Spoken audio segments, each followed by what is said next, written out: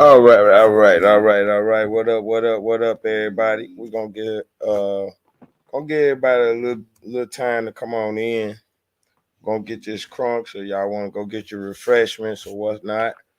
I'm gonna see if I can play around up in here for a minute. We're gonna get it crunk up in here in a minute.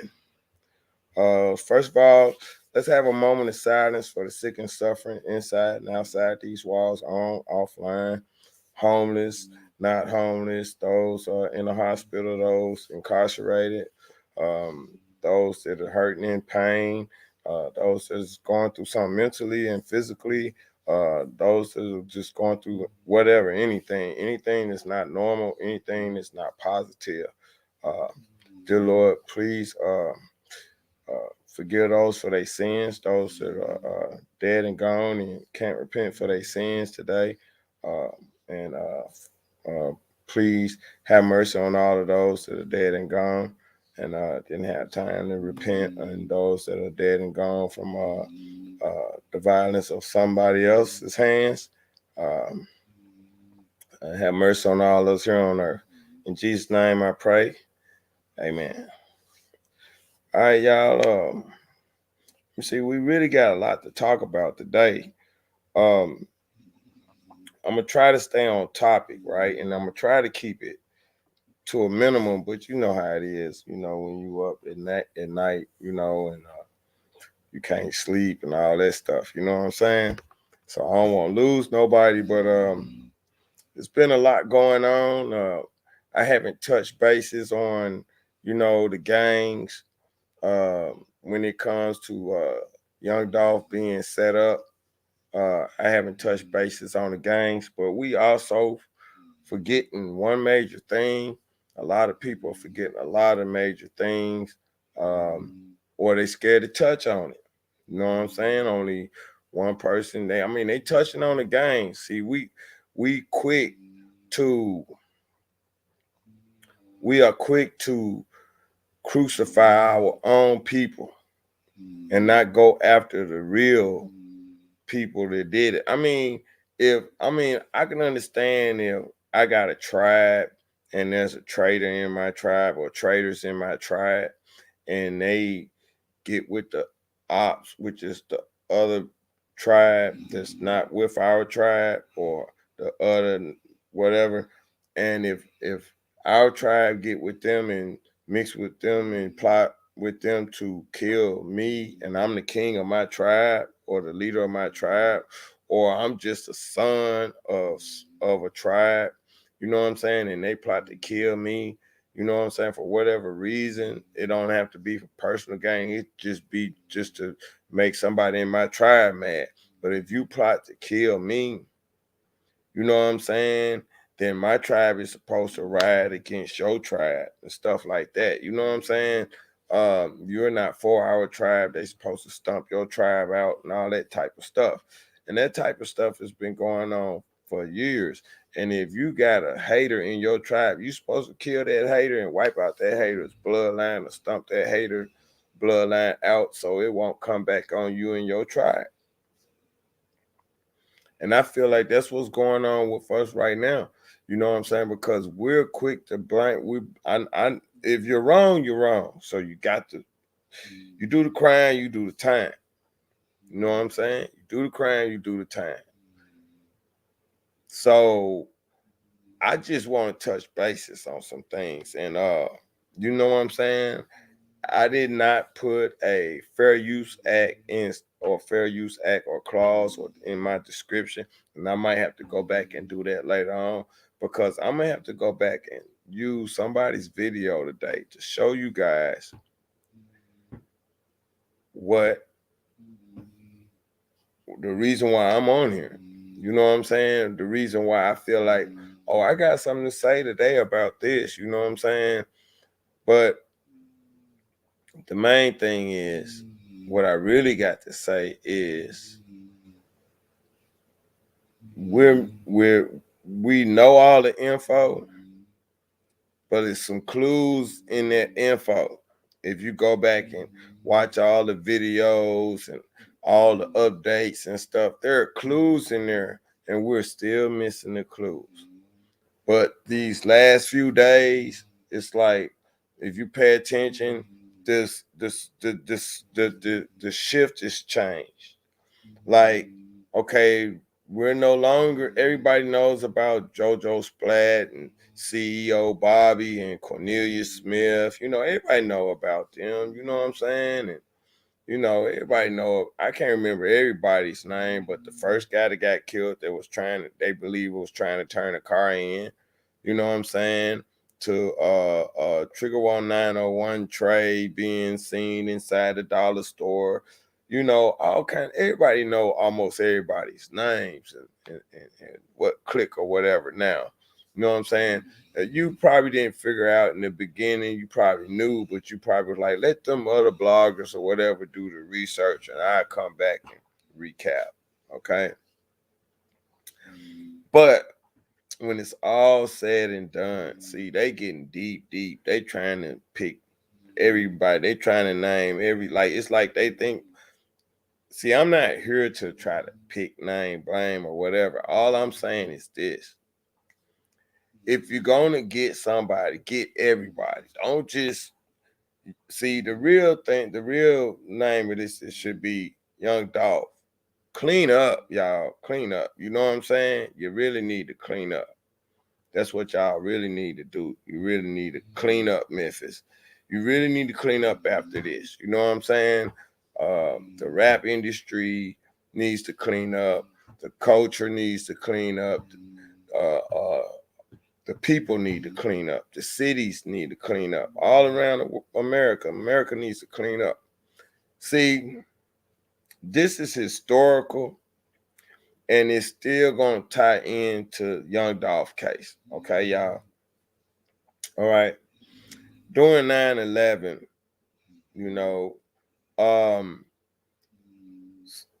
it was a tree that's supposed to fell, and I can't remember if it was an elm tree or what type of tree it was, but a tree that was supposed to fell, and the branches went through some windows of this building or whatever.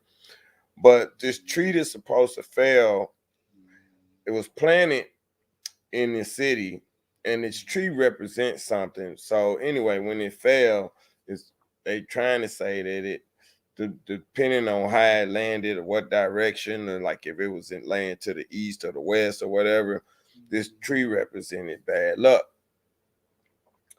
And it was like the tree had been flown from one spot to the other spot, so the tree kind of like represented bad luck.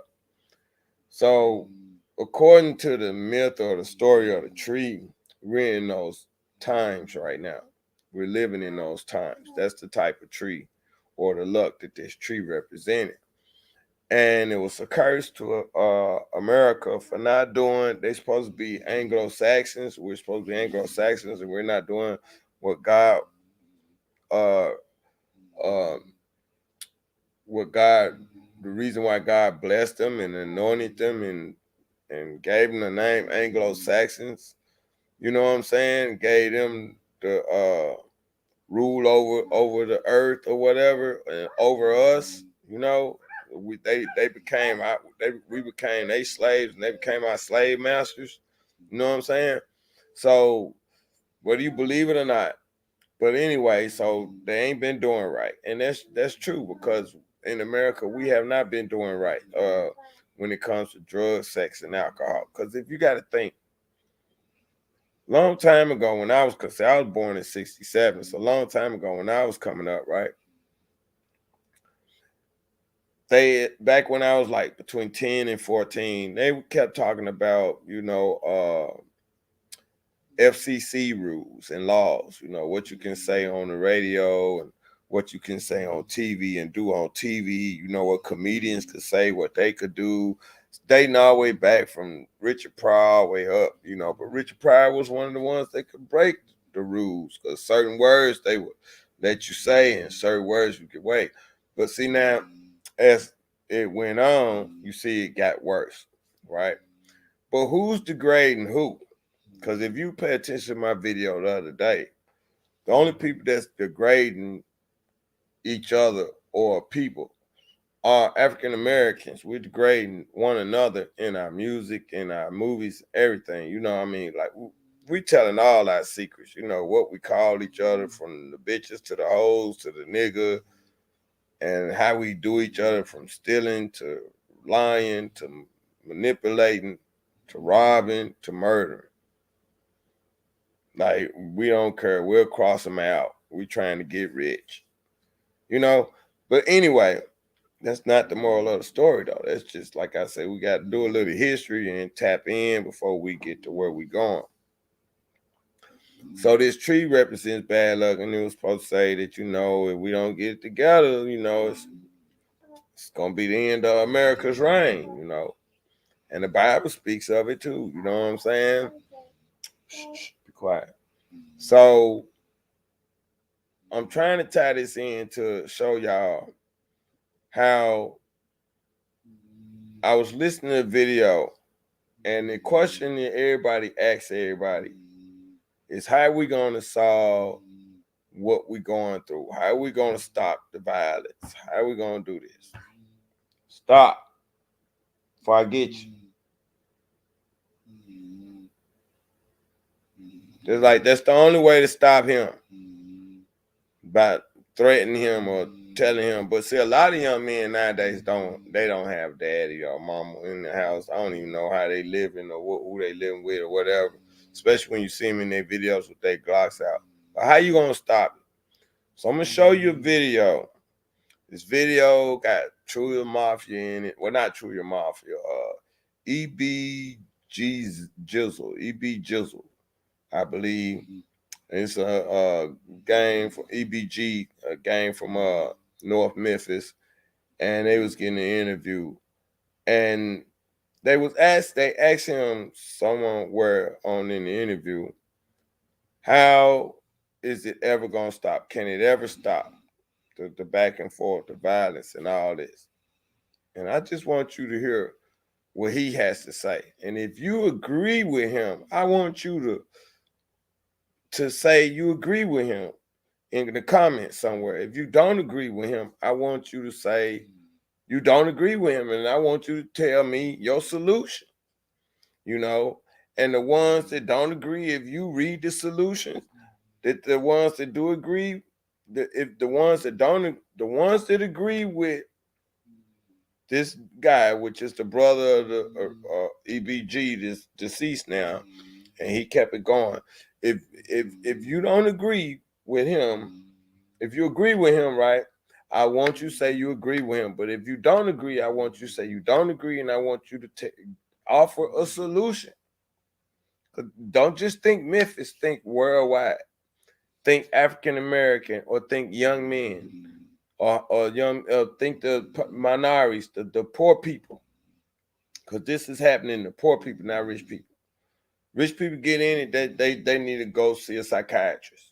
They get involved in stuff like this. So I want you, if you don't agree with this guy, I want you to put in the comments what type of solution we can come together on to stop this violence. Whether it involves, you know, because we got to get rid of the guns. We got to make some kind of law where they can't be getting the guns, and we got to make another law, or we got to do something about their mentality. You know what I'm saying? Why they getting angry? Why they get mad? Why they want to fight? And why they running out? We got to do something about places for them to go and people for them to go be able to go vent to. And we got to, you know, we got to fix a lot of stuff in the United States nowadays if we want to fix this. But I'm finna show you this clipping of this video so you see right now. And let me find it first. So let me see. Okay.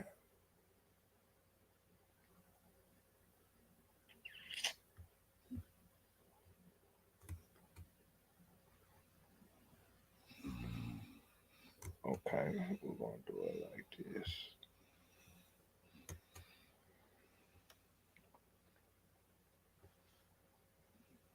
And give me a minute, y'all. Give me a second. Give me a second. Okay. Now, this is gonna trip you out because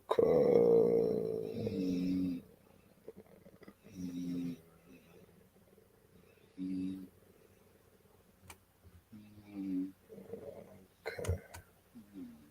Now,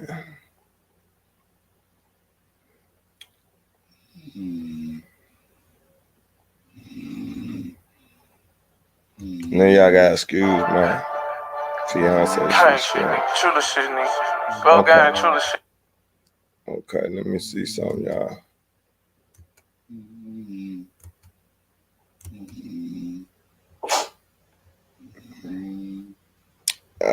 That ain't it. God bless you, son.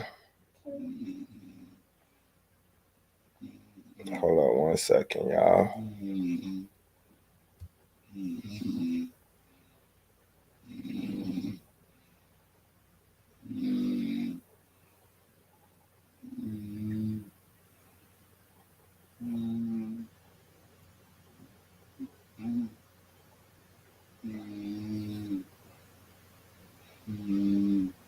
Okay, I gotta find it. It was, let me see.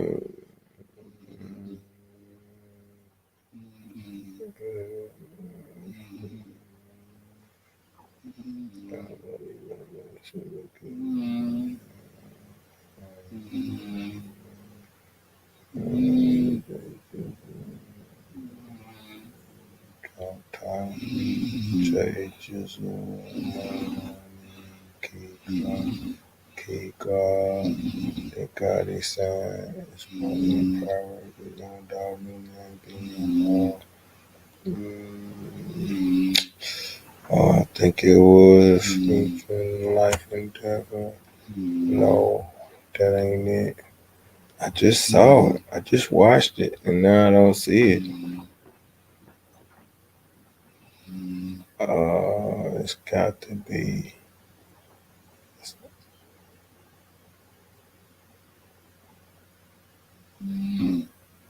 It's got to be this one.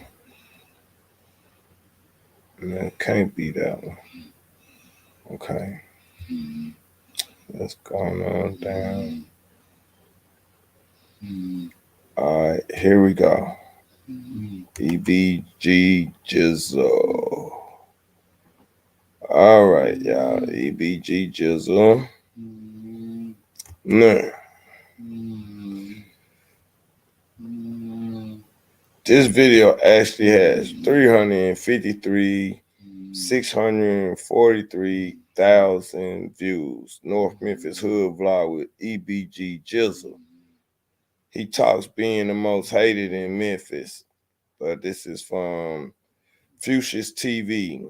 You know, shouts out to Fuchsia's TV, and you can follow IG at EBG_Jizzle527 and at Fuchsia's TV. Now, we're going to get ready to share this screen. Let y'all see who EBG Jizzle look like. Share screen.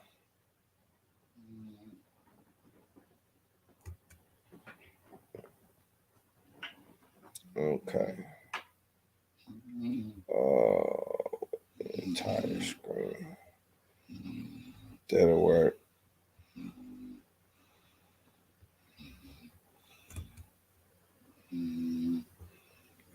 Yeah, that'll work.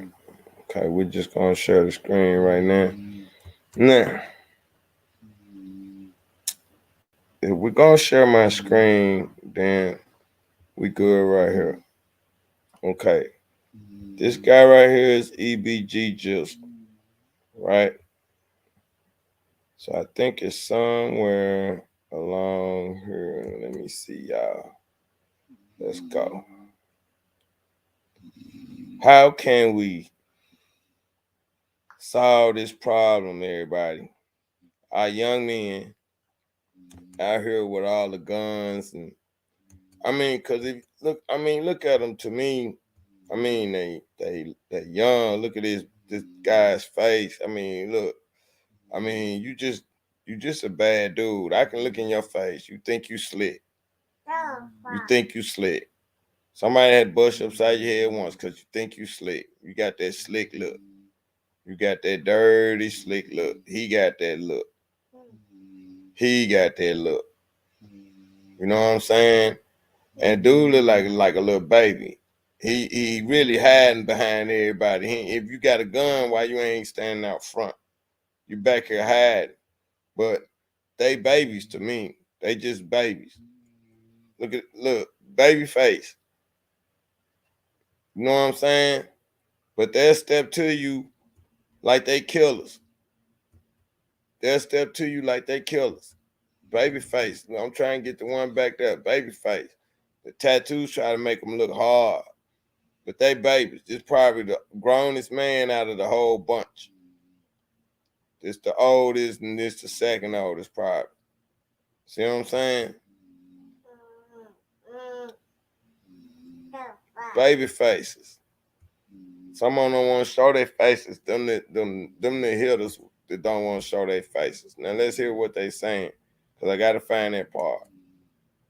She keep shit like this. Yeah. What you think? Nigga, all this, nigga, I don't be on. Yeah. So what you got coming out next, bro? I know you dropped the mixtape. You know what I'm saying? If you young boy artist, young. Other than your city, you know what I'm saying? Your cooking shit, like who making noise? From around. Ain't no friend, pray to God. Yeah, man, they look long, yeah, the devil, man. So they on some stuff. No nigga from around. Ain't no friend, pray to God. Yeah, man, they look long, yeah, the devil, man. How many people you say you lost to the streets, though? Close. Yeah, close. See, I ain't gonna lie. My little brother, that was just like the closest loss I took since we lost Belgium. You hear me? That was your blood brother? Nah, see, my will say we've been doing together grew up our whole life, you know? Yeah. See what I'm saying? So what, like, how the cops and shit be treating y'all out here, bro? Do they be on y'all ass and shit? Yeah. That shit be crazy. Okay, yeah, I ain't just speaking more. You about to sign out this shit. Yeah, but is there anything else, you know what I'm saying, you got coming for the streets or anything else you want to let people know about? See, y'all just think to it, we got more of the way. See, EBT for life. Hold up, I gotta find it. I ain't find it. People just think, nigga, all this, nigga, I don't be on.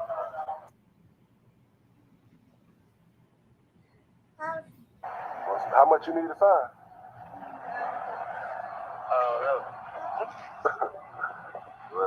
Who you came up listening to though, bro? Like, cause you know. He ain't gonna say nobody. He ain't gonna say Dolph or nothing. You fuck with the Dolph and shit before? Shit, you listen to Young Boy. He ain't want to talk about Dolph. See, I was listening. So I think I went too far back. I know. Let's try right here. Play football to rap. So I do go get stuff like that. I really just got to go there rap shit. Niggas dropped a little back in blood, did that shit. Did more than what we thought it was gonna do. Yeah. And nigga, I be done not to take shit serious. Yeah. This shit can't stop, won't stop. Yeah. But yeah, bro, like I ain't out here choosing sides and shit, man. Picking sides and shit. I fuck with both of the sides. I fuck with food music. I fuck with your music. Yeah. You know what I'm saying? But people want to know like where that shit really stem from. Just that Back in Blood song though, or niggas been getting into it before that shit? There's some shit going on before then. Yeah. We got a lot of shit going on. A lot of folks, there was some shit going on before then. This something that I had to let be known because niggas keep rapping about shit that I need going like this. You know what I'm saying? Yeah. Shit I ain't not like this, so I just had to go. I know, like, what you think it would take for the niggas to, you know what I'm saying, come together and get some money out here, or that shit just forever stuck? This shit over. Like, everybody, this come together, shit, this shit over. Like, niggas die behind this shit. I know coming together behind this shit. Yeah. Y'all hear that? everybody, they come together, see this shit over. Like niggas done died behind this shit. I know coming together behind this shit. Now, we're gonna stop sharing that screen. Now, see, that's what I'm saying. He said that shit old. Ain't no coming together behind that shit. Vom Red. What's up?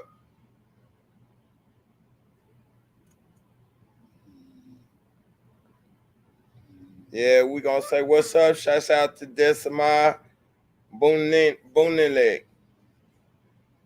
Vom Red. If I said it right, Decima Boonileg. Boonyeg. I guess the L's is kind of like silent, you know. But shouts out to you. Thanks for stopping in, checking me out.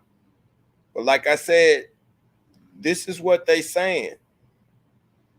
They saying that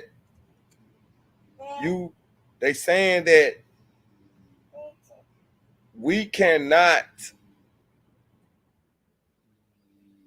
fix what's going on because too many other people have died behind it already. So it's like cause he said it out his mouth. EBG said it out his mouth. And I play it again for you so you can hear it.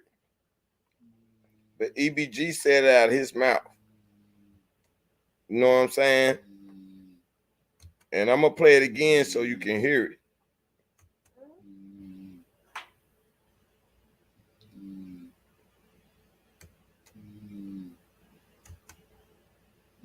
Okay.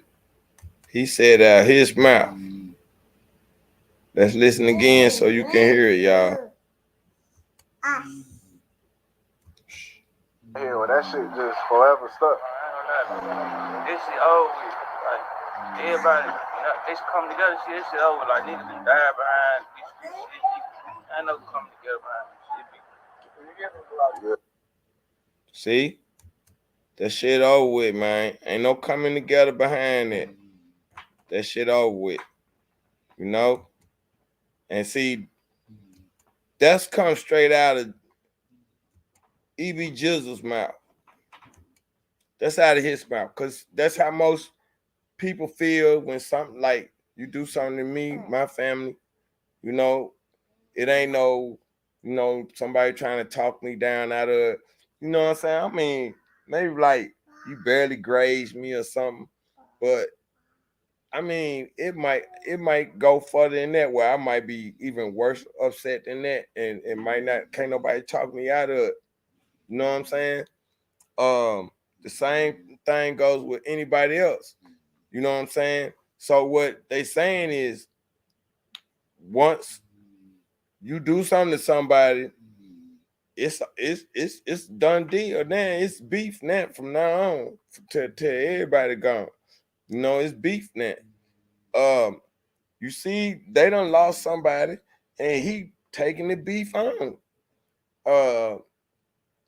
With Truya Mafia, same thing. They done lost somebody. They carrying the beef on.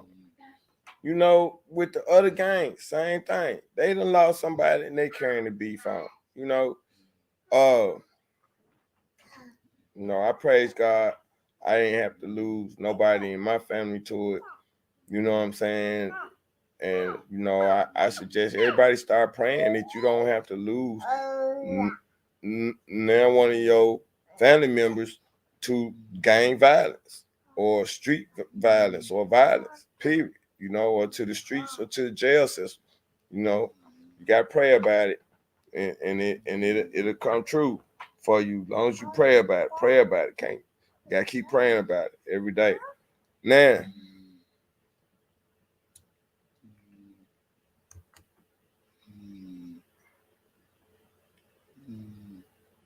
see, I think Dolph would be real happy when his murderers are caught, when justice is served. You know what I'm saying? Because, say, you got a few people, but guess what, y'all? Shh, quiet, man. Guess what, y'all? If you get the update right? From the two people outside in the front of the store to what we know now, that the two people outside in front of the store, which one of them was supposed to be in CEO, JoJo Splat, no, CEO Bobby. All right. Well, I guess who they call him, Cornelius Smith. Okay. Him and the other guy that they supposed to caught outside in front of the building, right? But then you got people inside of Makita's, right? And these people haven't been caught. But let me explain something to you, okay? The police know who it is. The Memphis Police Department know. But let me finish talking. All right. I'm just saying the people that they have caught and the people that they don't have, including the crooked police officers, politicians, or whatever, right? These people that haven't been caught, the government probably know their names, know everything about them up to now, right? Okay. And everybody doing their blogging and their investigation and their research and their history on these people, you know what I'm saying? But guess what we forgetting, y'all? We forgetting the young guy with the dreads and the blonde right here in the tip of his hair that came on and did the video that said Dolph told him that if he died, that the record company did it. We forgetting that. We are really forgetting that. So guess what I did? Because, somebody popped the question up. How much does a record label get if Dolph died? If they got anything? And everybody said, well, Dolph, be quiet, son. Everybody said, well, Dolph, come here. Dolph wasn't signed to no label. Dolph was signed to a distribution deal, though. And that distribution deal, this is big old boy right here. That distribution deal happened to be with Empire Records, right? Okay. Over the next 8 years, I believe, he's supposed to make up to $20 million. You know what I'm saying? Off of this new music and this new deal that he did with them. You know what I'm saying? That's 2-3 million a year, right? Okay, but you gotta think of it like this here. It's already said that when you die, they make more money. Well, Dolph music and his streams quadrupled when he died. I mean, like from 100 to 900% on the Billboard charts, the sales and stuff. Now, in order to get those records, you have to sign up with Billboard, like a subscription, and that subscription is almost $200 something dollars. That $259 just to sign up for that subscription to see how much money Dolph made as soon as he died. But now Empire and Dolph got a partnership for 8 years. Okay, this was in 2015 or 17 when they signed that partnership deal. All right. So now something else is strange. And what's strange is, stand up, man. What's strange is the fact that that guy missing, that young guy, ain't posting nothing else. What's the VOM today? What you mean, GSDF? What you mean? Y'all, what's up with this VUM and VOM stuff? You know what I'm saying? Now the thing is, what's going on today? I don't understand the what y'all saying in the dot. What that mean? Now the thing is, what's going on is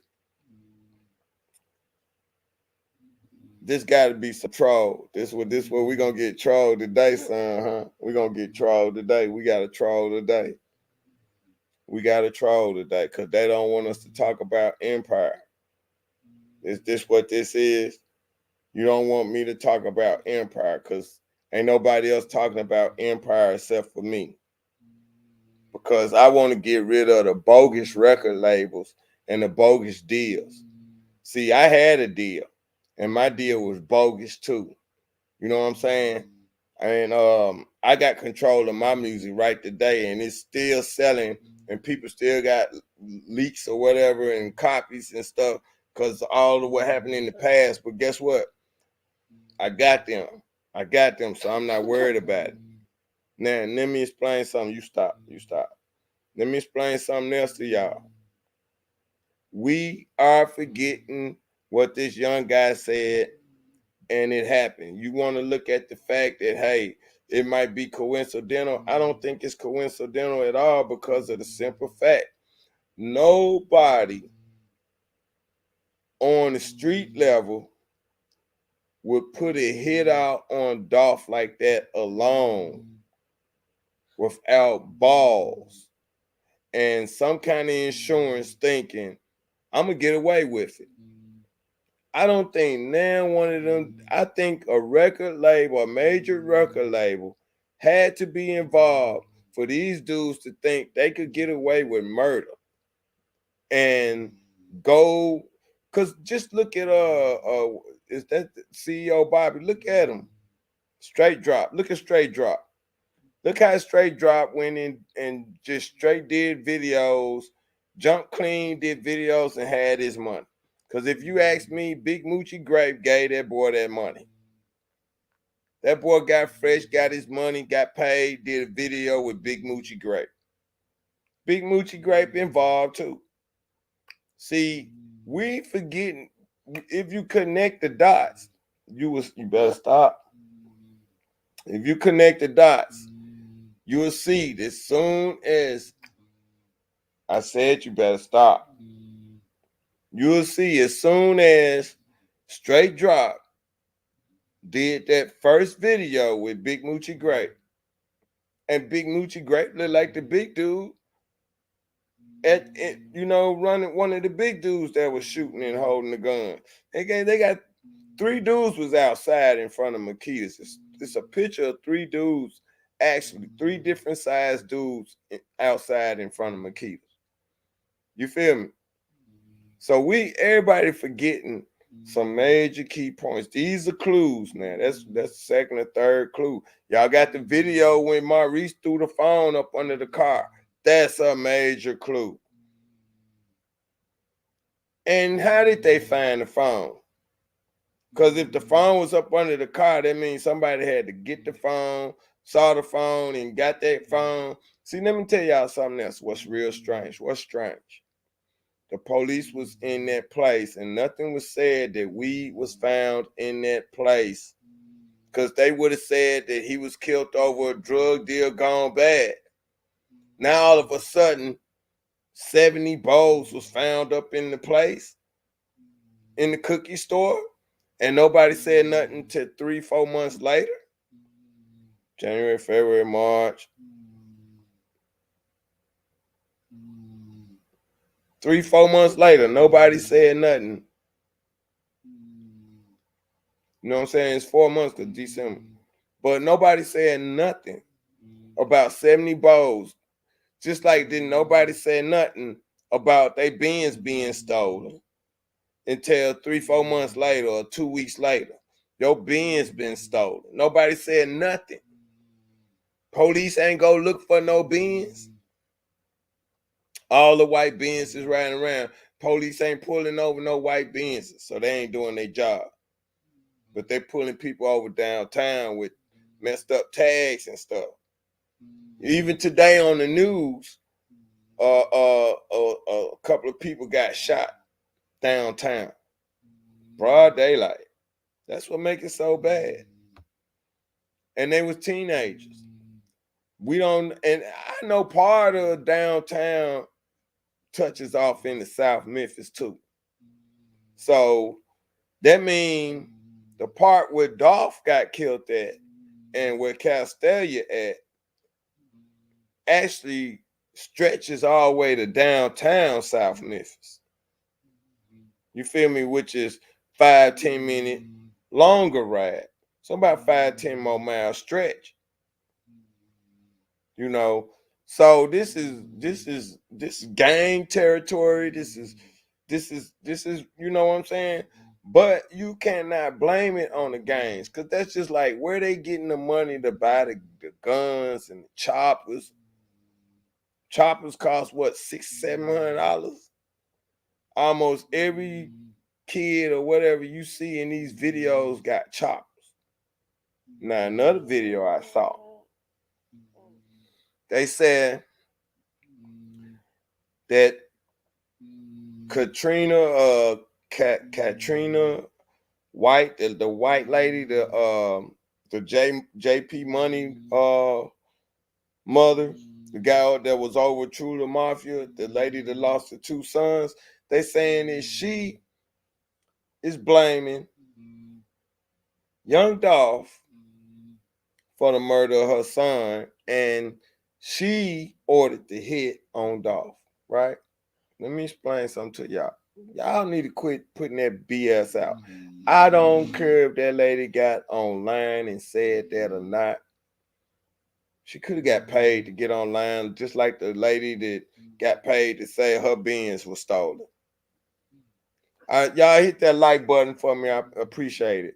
But she could have got paid to get online and say that she think that Young Dolph had something to do with her son being killed, and she wanted to put a hit on him. But how old was that, and when was that said? Because y'all saying stuff, but that's allegedly y'all saying this stuff, but you ain't got a date or nothing. So let me explain something to you. When I saw it, I don't believe it, because this is what it sounded like to me. If her son was automatically with CMG before he got with Pre, and Dolph signed him, if CMG don't like Dolph, who would they go after if they can't get Dolph? Dolph's artists. What artist would feel like he's comfortable if they after Dolph? A CMG artist, or an artist that's straddling both sides of the fence, which is, and who runs the business, the street business for Gotti? If you ask me, it's that crazy dude, Black Youngster. So how you know Black Youngster's clique didn't put the hit out on JP Money or his brother? You feel me? And now the mama thinking Dolph got something to do with it, and so she puts the hit out on Dolph.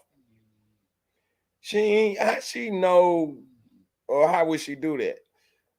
See, she don't know, and she wouldn't have did it because she ain't walking with Dolph all the time. Now, y'all boys gotta prove yourself to me. Why in the world would you leave town if your cousin was killed? Because all the times, because y'all probably feared for your life that the person that put the thread out on the internet was the one that killed your cousin, which is Soulja Boy put a thread out on the internet. Now, you don't hear Soulja Boy saying nothing no more. You don't hear him saying nothing no more. And everybody trying to say, oh, Soulja Boy trolling. I believe Soulja Boy trolling. Let me tell you something. If you put your mouth in it and own it, then you part of this situation until proven you're innocent until proven guilty. But when you put your mouth in it and own it, you're part of this situation. That's gang business. That's politics. That's family business. That's real life, real world. So if the police don't do nothing about it, don't nobody do nothing about it, guess what? Then you go after them, because this person should be questioned of what, who, when, where, and why. I don't care if y'all ain't got everybody. You need to get everybody that was initially started the shit, said something about the shit, or initiated or manipulated the shit. Like the mama said, she said she put a bag on the man head. Collectively, a lot of people could have had put a bag on the man head collectively. See what I'm saying? I mean, you ain't never been in a situation. You got a business and you ain't never tried to get a loan and they tell you we'll give you a loan if you come up with the other half. If you want $1 million, they'll tell you they'll give you 500 if you can come up with 500. Now you got to go raise 500. You already don't want so many people in your pocket, but you got to go borrow 500 and you got to raise 500. Now if you ain't got 500 and you got to raise 500, how many more people is you gonna raise 500 from to get this? Those people you gonna raise that 500 from, they gonna be in your pocket. They gonna get some of a percentage of your business or your money coming back, and you're still not gonna end up on top. Like you supposed to come out $50,000 profit. You got all these. I mean, 500. You gonna come out with a 500. We say $2.5 million profit. Not with all these people in your pocket. You might come out with 300,000. You might not even come out with that much. You see what I'm saying? And with all the bills and everything that you accumulated during the time you tried to raise this money, you come out broke or even Steven. Almost like me, raising a nonprofit every year, come out broke or even Steven. But still living good, but you still got to come out even Steven at the end of the day. You know what I'm saying? So now, what I'm saying is, why you beating yourself up? Don't do that. Don't do that. What I'm saying is that at the end of the day, if they set him up, they set him up collectively, all of them together, so they all should be arrested. So that means let's not forget the record companies, the record labels. Because what are they to gain? Like everybody said, what are they to gain? Okay, if the main, let me go back to it and read it. Can I go back to it and read it?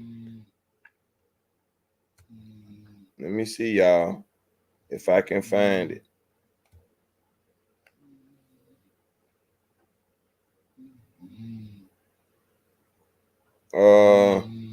No, I can't find it. But the thing is, what I was trying to say is, hold up. This might be it. Stop, bro. Stop. No, this is not it. Okay. But you're going to have to go to soundcharts.com/blog/mechanics of the music industry. And then you're going to have to go to throwup.it/en/art-bars,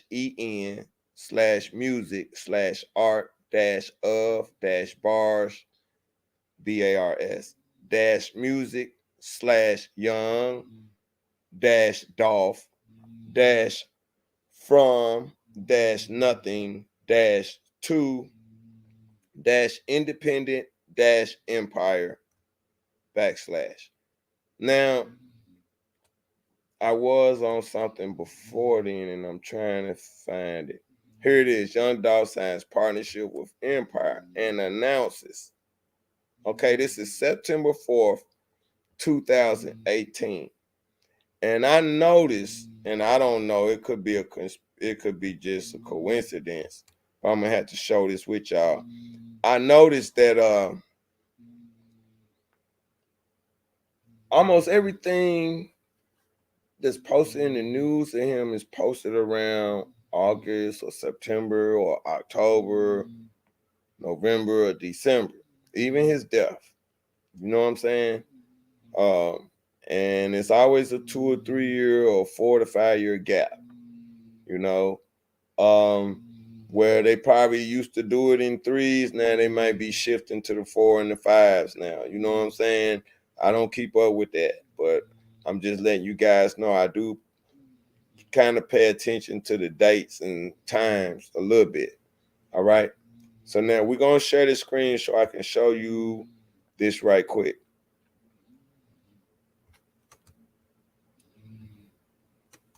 This is the Yes, sir.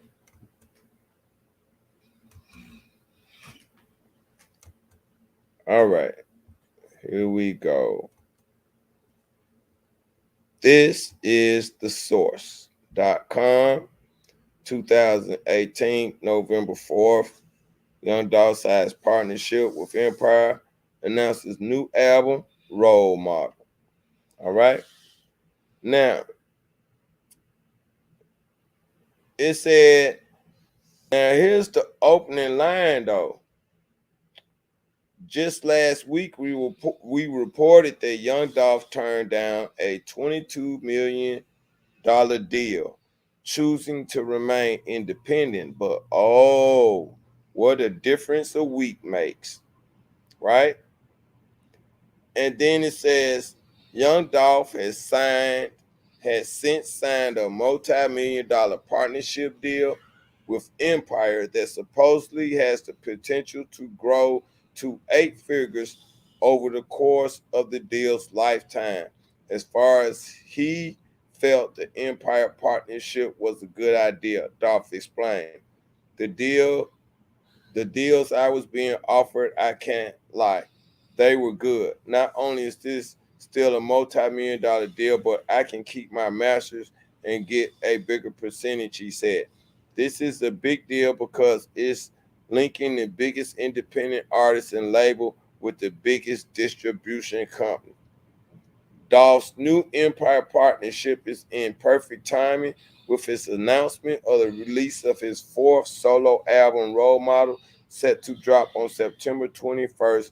In regards to his album title, Dolph stated, and this is 2018, y'all. Um, but like I'm saying, that's 2018.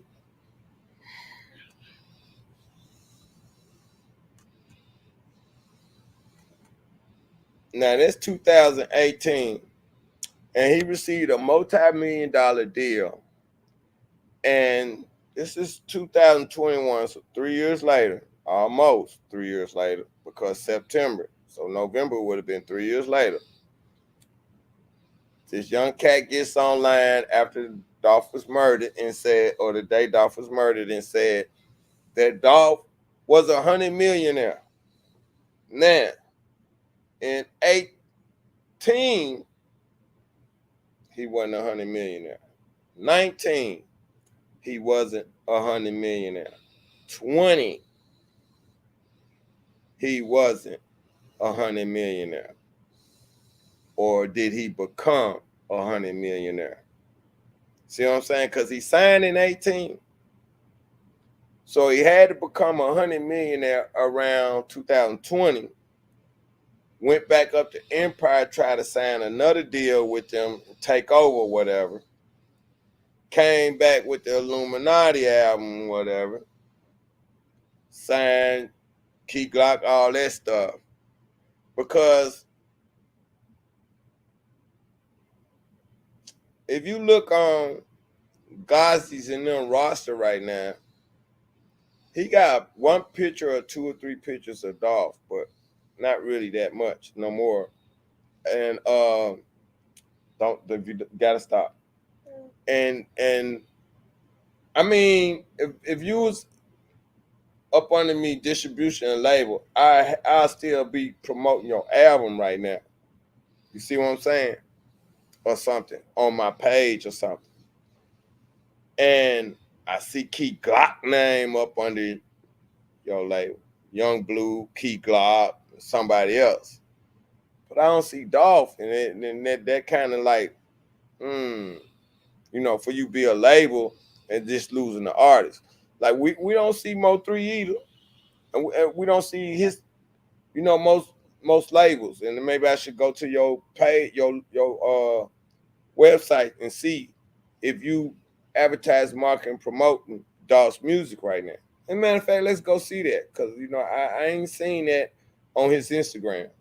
So let me correct that. I didn't see it on his Instagram. Empire Records. Quit, man.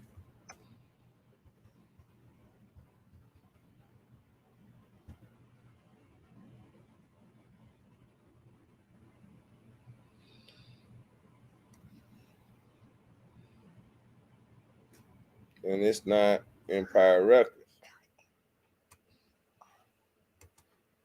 So let me see. Empire.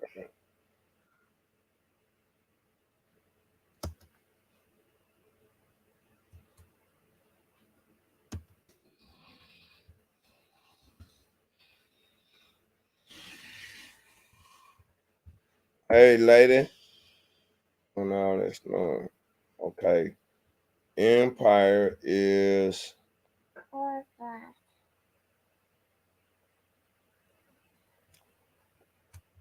They do not. And see, this is crazy.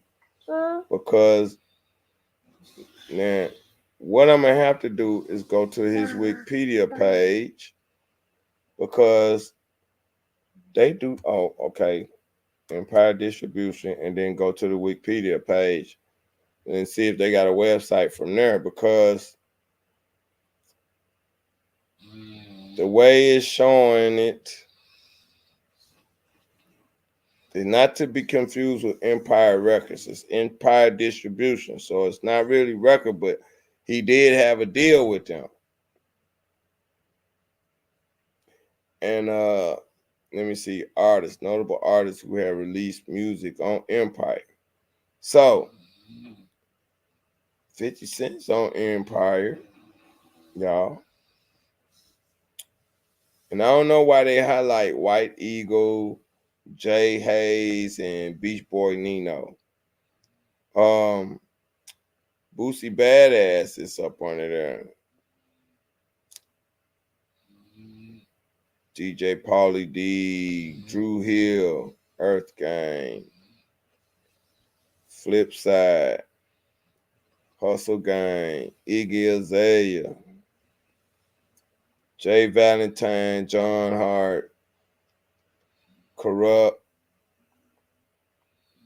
Mac Dre,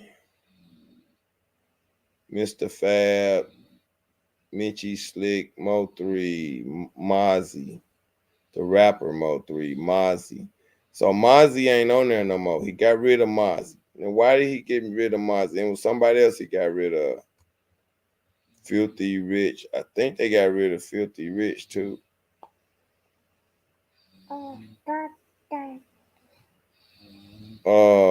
Pleasure Pete, Rhapsody, rapper Big Pooh, Riff Raff, Remy Ma, Rich Homie Quan, Rocco. A lot of these artists have been backdoored some kind of way or are in prison. And they got Young Dolph name on here. Okay. But now this is just Wikipedia, y'all, that I'm looking at right now. And so he's on Wikipedia, but like I said, I didn't see no website. So let me go back and clock in distribution. What, man?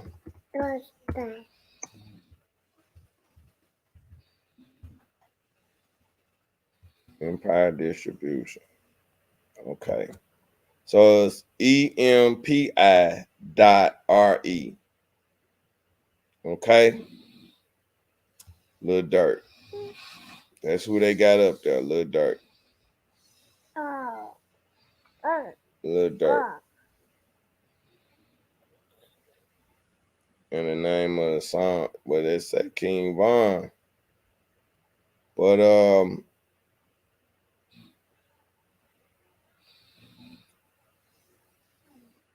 That. okay. That. So That. no, they got Rollo. They on their billboard, Rollo, Oh, ball. Ball. political prisoner, LLD, Oh, Long ball. Live Dolph. So they Ball. 3, 1, 2, okay. 3, I go. Yep, and that's Key Glock. That. That. And I'm gonna see something, y'all. Let me see if it works. That. Yep. Ain't this a bitch? This. That. That's Key Glock. And I'm telling you, see,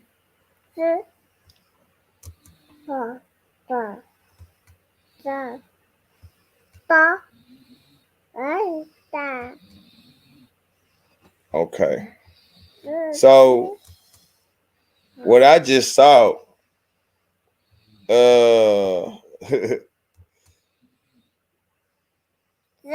this right here, what I just saw, man.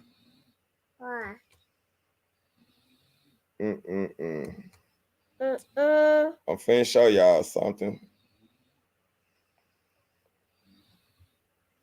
And it might not work.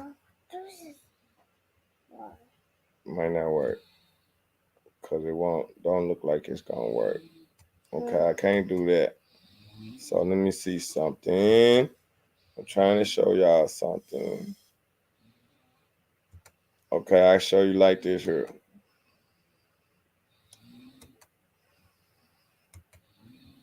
All right, check this out. What I just downloaded. And this is why I think this boy got something to do with it, y'all. This is why I think this boy got something to do with it. I mean, just look. I think he really sold his cousin out. I think he really did.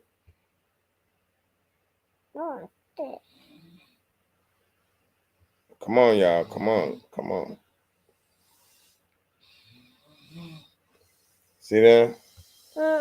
I think he really sold his cousin and sold his soul for all these cars. I really do. Yep. I really do. You know? And I hate to say it, but when I see this color, I think of Gucci. I think of Gucci, man, when I see this color, y'all.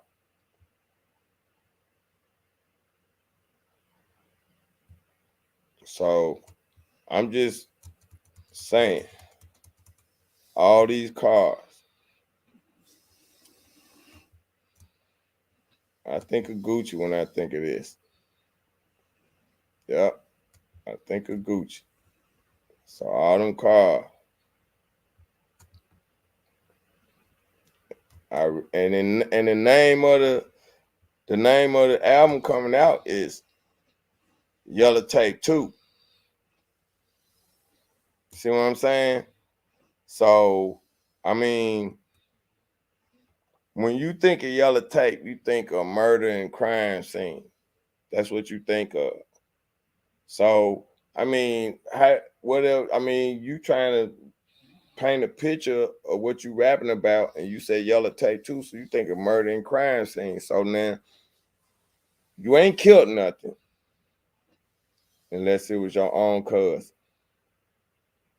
So why would I go buy yellow tape 2 from you? Because you ain't no murderer. You ain't killed nothing unless it was your own cousin. And I'm not finna buy no tape of you talking about you killed your own cousin in so many words. Yellow tape 2. The only time you got yellow tape around is for crime scenes and traffic stops. So what are you rapping about what are you gonna rap about on yellow tape 2? See, we missing the clues and we not paying attention. When you left town, homeboy, when your cousin got killed and you was gone and you vanished, just because you came back and did one song, I didn't see you doing we didn't see you doing. Okay, we saw Snoop Bands during the Thanksgiving turkey drives. The news camera called him and a couple of other artists, but the artist is not really face shining out there. But we didn't see Key Glock nowhere. See, y'all gotta pay attention. We got one artist missing, the artist with the gold right here in his hair that said that Dolph was $100 millionaire. And that Dolph said if something happened to me, tell everybody, it's got something to do with the record label. You know what I'm saying? And he did that. Now we don't see or hear from him no more. And what Key Glock did, he hurried up and left town. Now he come back, you know what I'm saying? Now he owns super than anything and everybody else. You know what I'm saying?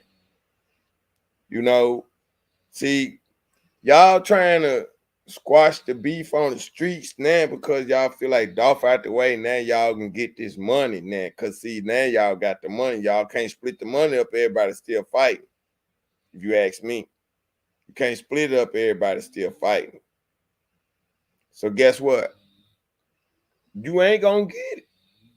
Because now everybody know that some artists in pre-record label got something to do with it. Because like this one cat said, if you know Yo Gotti, and you been knowing Yo Gotti, you been knowing Big Jook, you could have been squashed all the beef long time ago. Y'all bosses. See, that's what I be tripping and laughing about. Now, I ain't gonna say crying, but that's what I be tripping and laughing about. Y'all some big old bosses, but y'all don't know how to run nothing. You get angry, you get mad, you get frustrated, and what you do, you go out popping caps and stuff, running your mouth for anything. You know what I'm saying? And you don't see, y'all the ones teaching these people this stuff about what's going on in your gangs. And people ain't even in your gangs trying to call shots and saying, oh, this, oh, that. See, you might have a sister, a mama, or a little brother or a little niece or something. Oh, my brother in the gang, he gonna beat your ass. They start in trouble because you in the gang. They think you gonna protect them every time. And you go out like a dummy, like a crash dummy. You go out like a sin out. You go out like a mule. Y'all say, I ain't no mule, I ain't no jackass.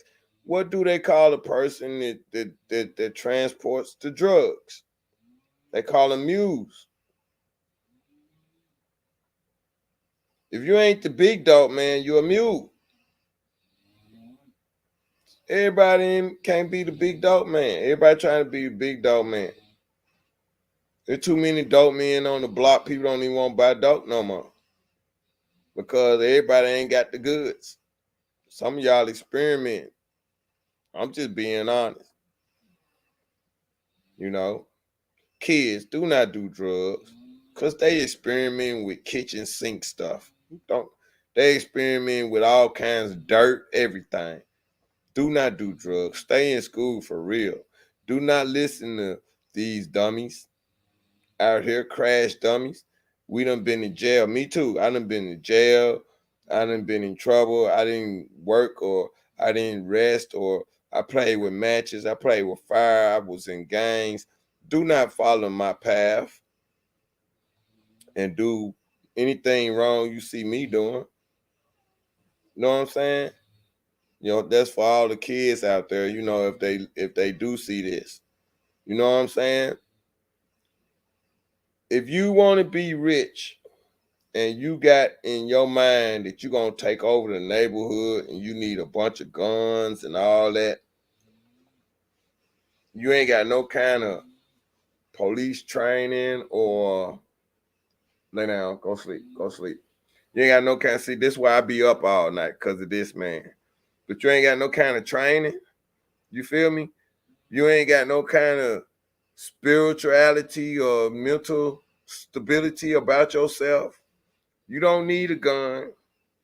You don't need to be in the gang. You don't need to be around people because you ain't going to do right. You don't need to go on missions. You're going to blow the mission. You got somebody that talk too much, you don't take them when you don't want them to go because when you don't want them running their mouth and everybody find out your business because they're going to run their mouth. You can't shut them up. You don't want to take them with you need them because they're going to run their mouth. And if they're hotheads, you don't want them around because they're a hothead. Like, who going to want to sign Black Youngster? He a hothead. Ain't nobody going to want to sign Black Youngster. He a hothead. And I meant to tell y'all something. I was on some history earlier. And the history was that back in the day, see, like I was going with that they call us Anglo-Saxons. And that we messed up. And that's why 9/11 happened to us, right? And we supposed to be going through this thing right now. But we can correct it. It's just a lot of people probably don't know how and don't want to because they feel like, well, once they did something to us, then it's back on with them. Just like Ukraine and Russia. If Ukraine can say, well, Russia can end up losing and Ukraine can become a big, large country, bigger than Russia, and they can go pick on Russia and say, hey, guess what? Remember when you blowed our city up?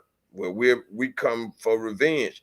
See, revenge is not the answer to everything. That's just gonna keep the war going, keep the war going, keep the war going. And that's what's going on in the streets. That's what's going on with God said turn the other cheek.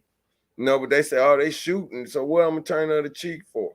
If you didn't do nothing the same day it happened, why you gonna go do something tomorrow and the next day? They say, I don't care. Okay, well, that's why you going to jail. That's why you going to hell. Because you don't care. Because you premeditated. And you know the law. I mean, I can't nothing I can do now, man. They gone. They gone now. Ain't nothing we can do now, man. Killing somebody else ain't gonna. So then they come kill us. I don't care. Now you break your mama heart, and then she want the next person dead. Y'all see where it's going? Domino effect. Domino effect. And guess what? The record label still standing tall. The people that put the $100,000,000 or $100,000 or $1,000,000 on Dolph's head still out there. Still making money. Still doing shows. Still drinking. Still eating. Still having sex. Still shopping. Still laying up in their bed, up under their earth. Still riding clean. Still get to see their kids. Still get to be with their wife and smell her perfume or smell their body odor. Like, I know my son, he don't have no smell. He just smell good. And this what he do. He like to hold me now. He like to hold daddy. He don't like sit in his bed all the time. He don't like to go to sleep. He like to be with daddy all the time. But if I'm dead and gone, because somebody took my life, because they can't stand what I say, or they can't stand what I stand for, or what I do or who I'm with or who I am, then they take my life, then they taken away from him. And that's how y'all did Dolph's family, man, his kids, his fiance. But let me explain something. Young lady, if you watching this video, if you watch this video, if you see this video, I wouldn't have got rid of that man's stuff neither. I wouldn't have got rid of his stuff neither. I would have. I'm working on the Worldwide Hip Hop Hall of Fame Museum. I'm not trying to do nothing in Memphis while all this stuff going on. All y'all artists can't come together. I'm working with you, but I'm not trying to build right now in Memphis. That's not going to stop y'all from doing nothing. Y'all said ain't nothing going to stop y'all from doing nothing. So it's got to be some kind of agreement or pact or something for y'all to stop doing it, or for y'all to all be locked up, or for y'all to kill off one another. But we have no time and patience for y'all to kill off one another when we trying to go back and forth to work and shopping into the store and these kids to school and to the doctor and stuff like that. Ain't nobody got time to be dodging and ducking bullets. If you fighting over there in the bushes, that's on you. But y'all some bitches. Y'all don't like to fight. Y'all want to shoot each other. See what I'm saying? Ain't there one of y'all gonna fight about it. See, if I know somebody 300 pounds, 6'6", trying to fight me all the time, I'm just gonna ignore them if I can't beat them anyway. I might could, but I ain't trying. You know what I'm saying? I ain't trying to hurt myself. I ain't even trying to put myself against nobody that big, knowing damn well might not be able to beat them. You know what I'm saying? Even if it was a woman, you might not be able to beat that woman. When it's 2-on-1, if they your size and it's 2-on-1, you might not be able to beat them. So why you always trying to be bad? I don't understand that. When you dealing with the opposition, or when you dealing with the opposition, could be a white man, a black man. If you white, he could be a black man, an Indian, or alien, or Spanish or whatever. If you black, he could be the opposite. Nah, so that's the opposition, or it could be the police, or it just be a hater. Just say if you dealing with the hater, and the hater want to get rid of you, the hater will get rid of you. You don't want to make the hater mad though. You don't want to piss the hater off. You don't want the hater to know your business and your every move. That's the problem. Stop, man. Everybody want to let the haters know what they doing. Everybody want to put the haters in their business. The haters will wipe you out after they get you to do their dirty work. Y'all ain't realized that yet. You can go all the way back to how they would shut up most organizations. How they, like, if you got one rap group and that rap group got 3 members and one member is very powerful, they kill that one member, they shut the whole rap group up. They might tell the rap group, you don't shut them up, we will. But you'll notice if it's a music group, it could be 5 and then it's one go one place, then the whole group break up. Because the hater done got in somebody's ear, y'all. And the hater might send another black man that look like he ain't coming at you. And guess what? Like they did Marcus Garvey and them. It was a black man that crossed him. But it crossed him because he was getting orders from the white man. And I'm not trying to blame the white man for it, but I was called, that's why I say haters. Because you can have a hater, it might not be God. It could be we'll say Mr. Jones or Mr. Bombastic record label. Well, Mr. Jones or Mr. Bombastic record label could be Jewish, and Mr. Jones, he could be a Jewish guy, but he been in the business for a long time and he run it gutter. You know what I'm saying? And guess what? Just because the people up under him, just because the people up under him are black and associate with you, don't mean they ain't getting their orders from Mr. Jones on what to do. I got my own business, Worldwide Hip Hop Hall of Fame. My employees got orders on what to do up under me.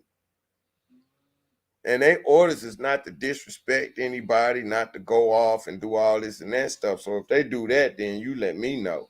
You send us some emails or whatever, Cause I got one guy and I watch him all the time because he known for, snapping. But we try to give him a chance, and if he was to get legal, he'd be all right. But he don't want to go legally, and be seen about his little sometimes snapping sometimes. But he'll be all right if he go legal. But my main point is that you take orders from a higher boss. Nobody on that street level could have done this to Dolph. It was set up, everybody know, from the call to go pick up some cookies. I don't think that was organized for him to go pick them cookies up that day because he was up there the day before. Dolph, you got money. Dolph, these people these people deliver. You see what I'm saying? I tell my girl a lot of times, man, order the food or order you a bus or a cab or a ride. And once you get there, do your shopping. If you can't get a ride back, I'll come get you. Cause one, it's Corona. He ain't got shots yet. He ain't but 1.5. So I ain't trying to take him out all the time. Then gas is almost $5-6 an hour or $7, almost $6 an hour, $6 here an hour. Gas almost $6 here, and that's pretty high to be sitting out in the car in the wintertime trying to run your gas all the time to keep the baby warm or whatever while she shopping. You know what I'm saying? That costs money. But long story short, like I said, these people on the street level, it's no way. They all came together and they all found out through Soldier Boy what was going on. And that's when it all went down. When he was on when Young Dolph's Drink Champs video came out, and that's another thing. Let me tell y'all something. I ain't worried about it. Because everybody out here doing their thing, right? So this is me doing my thing. We all did some things. We all started some shit. If you was in the past, you leave it in the past. If you still doing it today, then you fucking up. Now, like I said, Dolph was on Drink Champs, and it was 2017, 18, maybe 19 or 20. But guess what? It came out in 21. And when it came out, I knew right then and there that something was gonna happen to Dolph. I was hoping when nothing happened to him because they kept asking him about the beef in Memphis, all this and that, and I think Dolph said one of they guys got hit up not too long after they saw that. Then he was in Memphis and he was showing his cookie. He bought cookies at the cookie shop, and that was Raven. People said she gonna say it ain't her. That was Raven behind that interview of him getting them cookies. That was Raven, right? Okay. Then turn around, Dolph got killed on the 17th. Okay, I think it all stemmed from a lot of stuff that's been going on between him and CMG, true enough. But I think CMG and them plotted it up until the right time to get him. They probably had it plotted to get him around the Thanksgiving time. You know what I'm saying? But it just so happened that Drink Champs video came out around that time, and Dolph was talking about the beef, and then he gets hit, then the cookie thing, and he gets hit up. I believe all this was set up, but guess who was set up and stem from? And it just didn't start with know what's the name. Because if it started with Soldier Boy, where you live, dude? In Florida? And you be in Florida a lot? And Drink Champs was recorded in Florida, right? And they talk about the gang war in Memphis between Trulia, CMG, and EBG, and what's the other gang? It's another gang, Double R, right? And then you forgot you got Black Youngster's gang. What gang is he part of? Nobody's saying what gang is Black Youngster part of, but he wear red all the time. You know what I'm saying? Moneybag Yo, he part of Trulia. So what gang was Finesse 2 times part of then? Because he said him, Moneybag Yo, and Black Youngster all grew up together. So are they 3 different sets, 4 different sets, or is it 5, 6 different hybrid sets of gangs? Okay. Where am I going with this? I believe that I'm gonna be bold. I believe me and Jay, you sold Dolph's cars, right? I believe you got something to do with Dolph's murder. Because there's no way you ain't got no damn money and you got to go sell that man cars like that. Because I believe you know where the man money at. The man money gaining interest. You got all these houses and shit. You get something. You got something. You didn't have to go sell the cars. You could have put them in the museum, anything. You could have got maybe made some residual income off of it or something, some kind of way. You could put them in the museum, something, anything. Y'all didn't have to do that. Sell the man cars. See, that's money hungry. See, that's one thing I don't like about people in Memphis and gold diggers and shit. They money hungry. You know what I'm saying? Now, Key Glock, you ain't have to leave, and I wouldn't want to fuck with that label or distribution company or whatever no damn more after my folks got killed and this dude jumped up there saying they got something to do with it. You supposed, and then they say you really not kin to him, you kin to me or Jay. You kin to me or Jay. You really not kin to Dolph. So you never did like Dolph, you don't like Dolph. No, you really ain't kin. And everybody that has something to do with killing Dolph is part of Trulia. Dolph ain't part of Trulia, but you are Key Glock. You're part of Trulia. You taking money, pictures with CEO Teasy and shit, and he missing. You with the boy. You with him. They gonna put you in the Key Glock. And then Ghazi, your boy, he protecting you right now. Yellow tape. You know what I'm saying? He protecting you with the yellow tape now. See, so this is deep. We forgetting about Ghazi, the record label. And we're forgetting about the record labels killing out African American men and women. If you notice, Ghazi, you throwing up Aaliyah shit. If I saw this black man on, I think it was Oprah Winfrey or Steve Harvey show, and I think he was Aaliyah's uncle. And he the one that hooked Aaliyah up with R. Kelly. And he's so hot about that. He gonna be hot, he hooked her up with you. Cause I'm gonna let him know. How is you gonna go from hooking them up with R. Kelly to hooking them up with Ghazi? Now I know who he was talking about hooking the man Aaliyah up with. I seen it. Now you got another dead artist stuff. You got it from the old dude. So if old dude died, then you got it from him because he must own it because you got it. You couldn't get it from nobody else. So now you trying to buy old people's music and get rich off of that. So you guys are going around getting rich off people's music. I'm peeping game. I'm just peeping game, y'all. It's getting rich. Gazi is getting rich off of dead artist music. The record industry is getting rich off of artists that's dead and artists that's locked up in jail.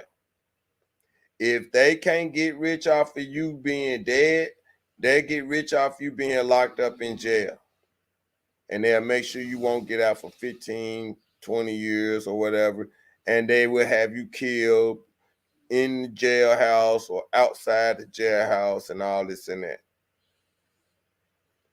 I promise you, y'all, these are clues. Go back and do your research and check it out. This is what I keep saying all over again. We aren't segregated. I mean, we aren't desegregated. We still segregated. It's still racism. It's still racism against poor people. It's still racism against people that like blacks or people that like whites or cultures and colors that mix. It's still racism against those that like God or those that don't like God. You know what I'm saying? But I'm talking about those that like God.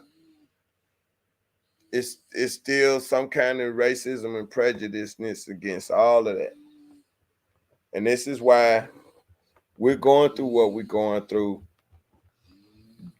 Dolph's murder has a lot of connections with the spirituality and history of what happened in Memphis in the 60s and before the 60s, even during the Tulsa, Oklahoma incident. They did the same thing in Memphis, in the Dolph neighborhood, in the Memphis neighborhood where Dolph was living in Whitehaven. They ran the black people out that stayed there and lived there after the Civil War and made the way. It was a guy, it was a black man there. There was a dentist or eye doctor or something. He was real good, or a heart doctor. He was real good. He was black. And he left Memphis and went somewhere else. But he was killed. And he was in the Tulsa, Oklahoma. He moved to Tulsa. And he was killed in during the Tulsa, Oklahoma incident. But all of this is going on in Memphis and got something to do with Dolph's murder. Because it ain't just no street.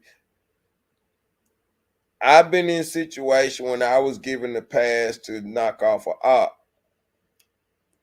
And the only reason why I didn't knock the op off because the op had a baby by my cousin. But I was given the pass to knock off the op. And I was thinking about this the other day. What if I would have said, where the money at?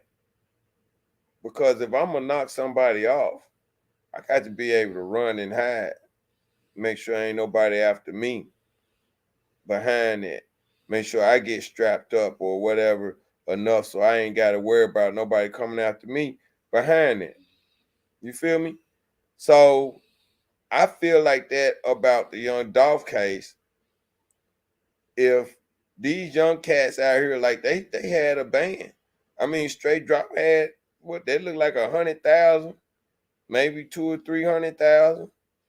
If it was 100,000, it probably wasn't there. Probably about 40 or 60. But the point is, that ain't enough money if you're gonna knock somebody off. Y'all know y'all gotta have 2-3 million. It's gotta be in a suitcase. It's gotta be unmarked bills. Y'all can't be using credit cards and cell phones and stuff after or the day you do this or the day, you know what I'm saying? I mean, that's how you getting caught up.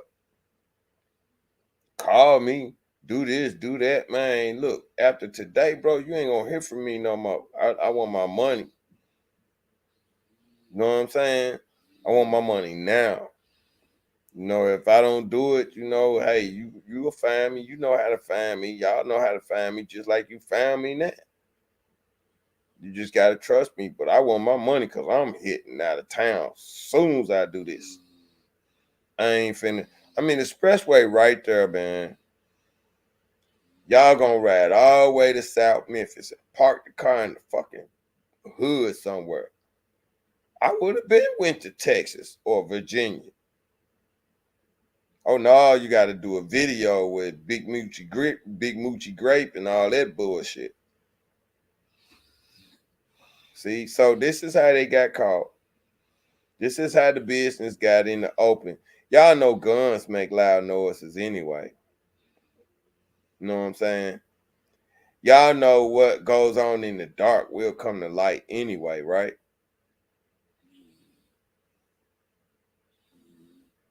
Do not forget the record labels. You know, that's all I'm on here to say.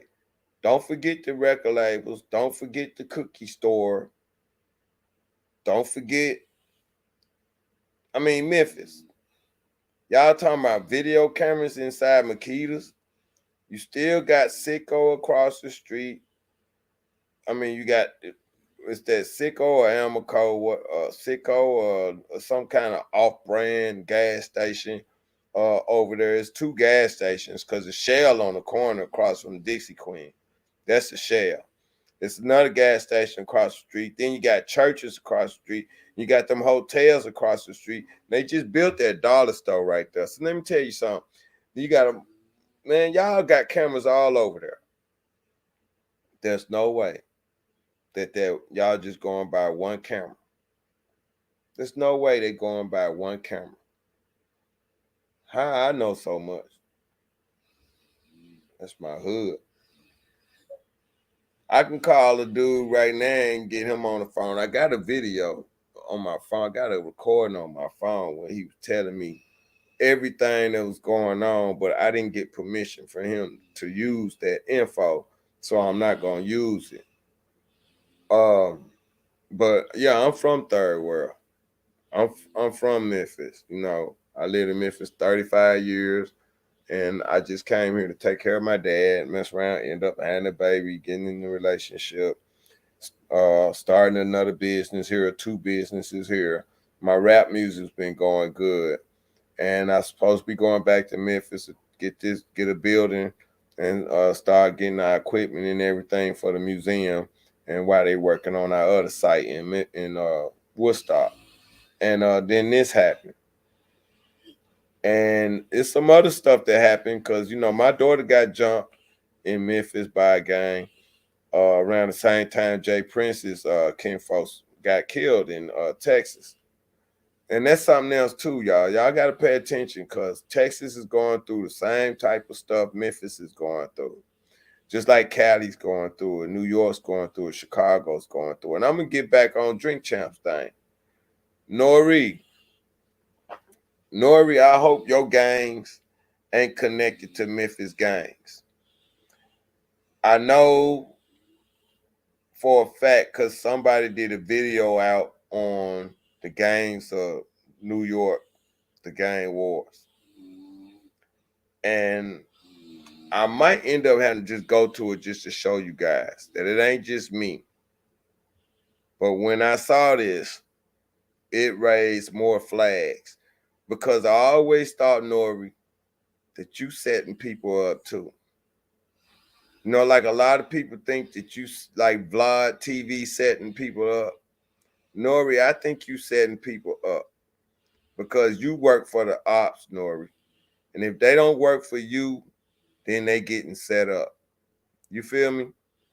And Dolph was one of the ones that didn't mix with now one of y'all and the ones that got set up off your show. But this what really made me think it, and somebody else touched onto it. And that's what made me start digging into this gang stuff, and I had to figure out what's going on. So, Nori, check this. I'm not going to leave you alone neither, Nori, because when he was on Drink Champs and everybody saw the Drink Champs, and it seemed like that bad aura or whatever came over me or inside me, and then this happened. And then this pop up today, Nori. So guess what? It seems like to me, Nori, you tied into it too. I'm finna show you. Let me find this video with Nori on here.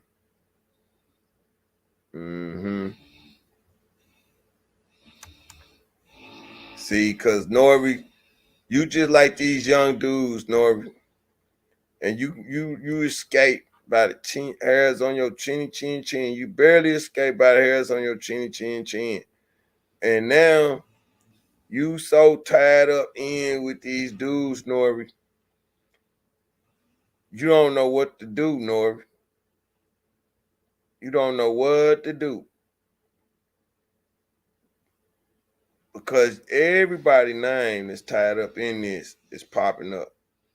Everybody's name that's tied up in this is popping up.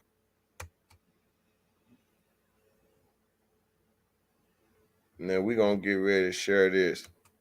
Everybody's name. Y'all check this out.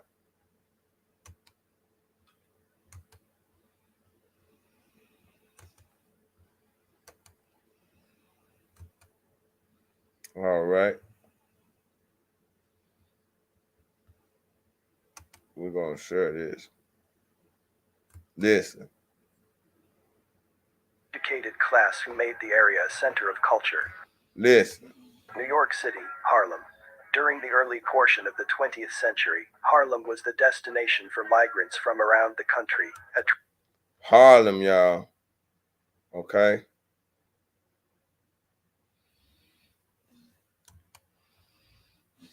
Now.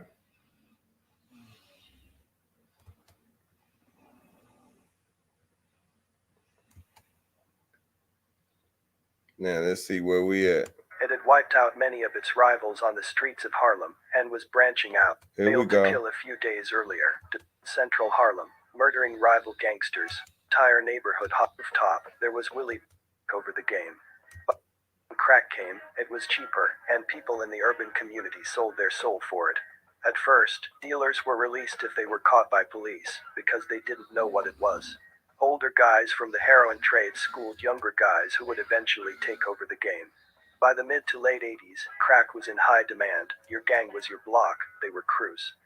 Now listen, this is Harlem Gang War, the story of Lou Sims and the 142nd Street Lynch Mob crew, the Danger Zone.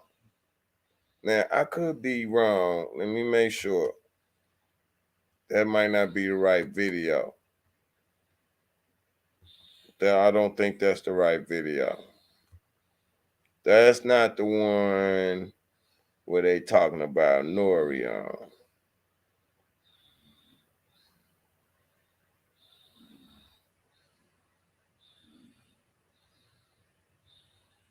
And it might be.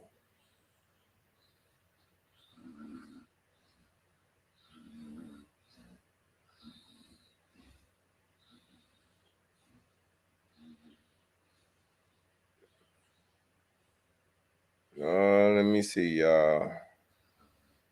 It might be, and it might not be.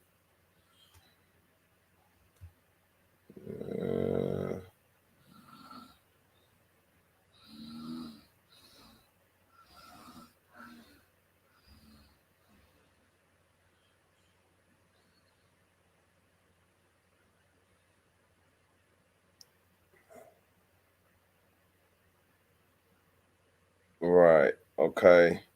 So I think it's the Harlem Gang Wars that we watching right now. That's the one. Okay. So we're on the right one. So let me go back. Harlem Gang War. And see if this is. At web.com, we know you're busy. Who has time to run a website? We can help with the site builder, in-house design experts. New York City, Harlem. During East Coast. Once the lynch mob had reached maturity, it had wiped out many of its rivals on the September 12, 1989. Lou Sims conspired to murder, and did murder, an individual named Darnell Wells. Fat Leon provided Lou with a gun to commit the murder. Thereafter, Lou Sims took Wells' bike to lure Wells to a specific area, and then shot him multiple times. In November 1988, Hobby Johnson conspired to kill Ronald Hill. Ronald Hill, also known as Monty, was committing robberies in the hood. AKA Hot Dog, shot and killed a dealer named Muskrat for selling fake crack in a spot. Provided the murder weapon after shooting and killing Smalls. During the incident that led to Small's murder, an innocent bystander was also injured and was paralyzed as a result. On or about March 11, 1994, Leon and Lou ordered Ferris and another member Hot Dog to murder Harold Brown, aka Breeze. The hit was over a dispute regarding narcotics payments. Okay, that one ain't it. I'm sorry, y'all. Please forgive me for that. I seen it. I gotta get my son out of my lap. Let me find this. Let me see.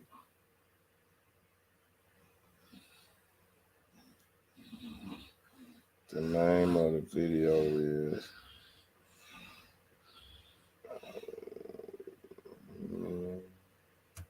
the name of the video is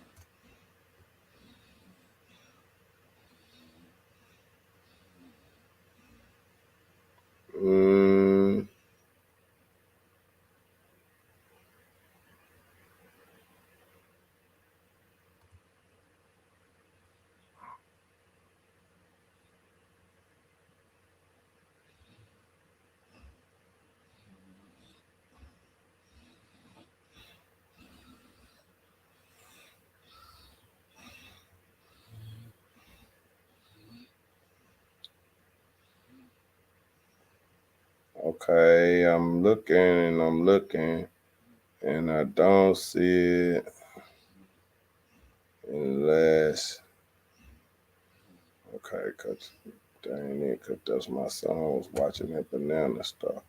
So let me see, is this it right here?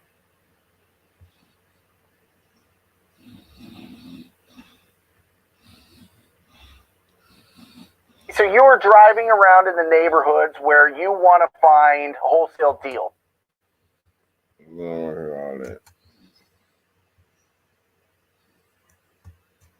Born in Louisiana. This ain't it, y'all. I had a video on here earlier today that I saw.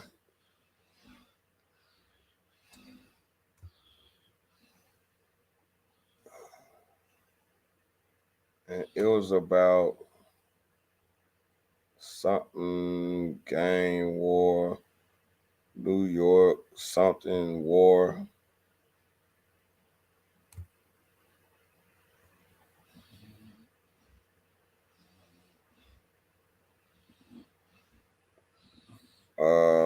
And I can't find it.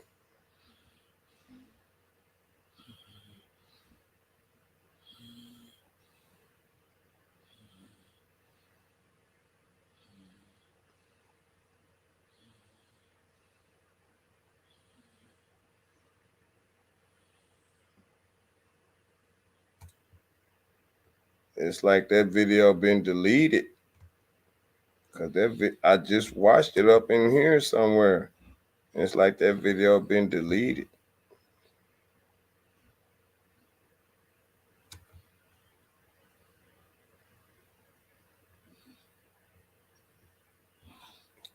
Oh my God, I can't believe that.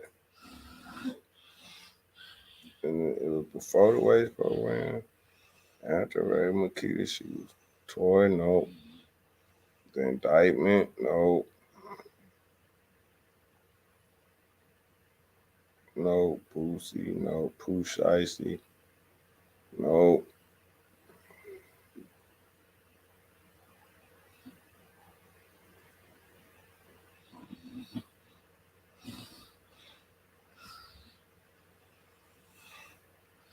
You know what? I'm gonna have to type that boy name in, and it'll pop up.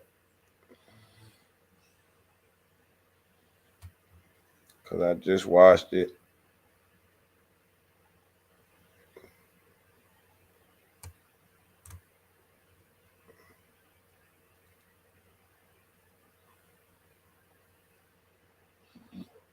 Here you go. Here you go. Bronx Gang War, Nori and the Murder Unit before Drink Champs. In the dark underbelly of hip-hop, many rappers have been affiliated with certain street crews. These street crews can be doing anything from extorting And to it's acting as 14 security minutes detail long, for a y'all. rapper. Not all rappers live what they say and use street guys around them to boost their image. This is not true for all rappers, as we know some Shouts who have out to actually put in the Super, work. Nori, who many of you may know from the podcast, what's Drink Champs, that? and whose real Super name is Victor Warrior, bro. Santiago, has told his fair share of street stories, so we are not talking about him per se. Either way, back in the 90s, it was almost imperative that you had a team with you. In January of 2007, Nori testified on behalf of a man named Daryl Henderson, who had been on trial on charges stemming from a Now, they said they ain't talking about Nori per se, but they talking about Nori per se.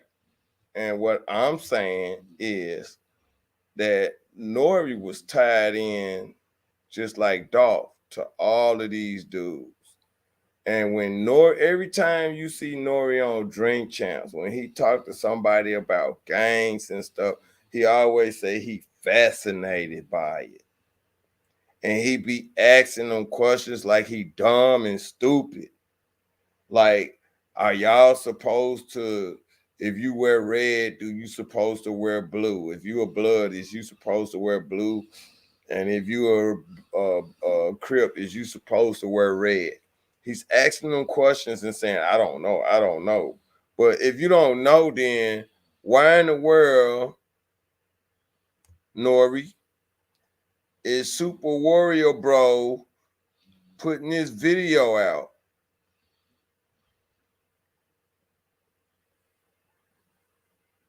So right here, somebody says, so he don't know a group named the Murder Unit had a violent history. That's hilarious.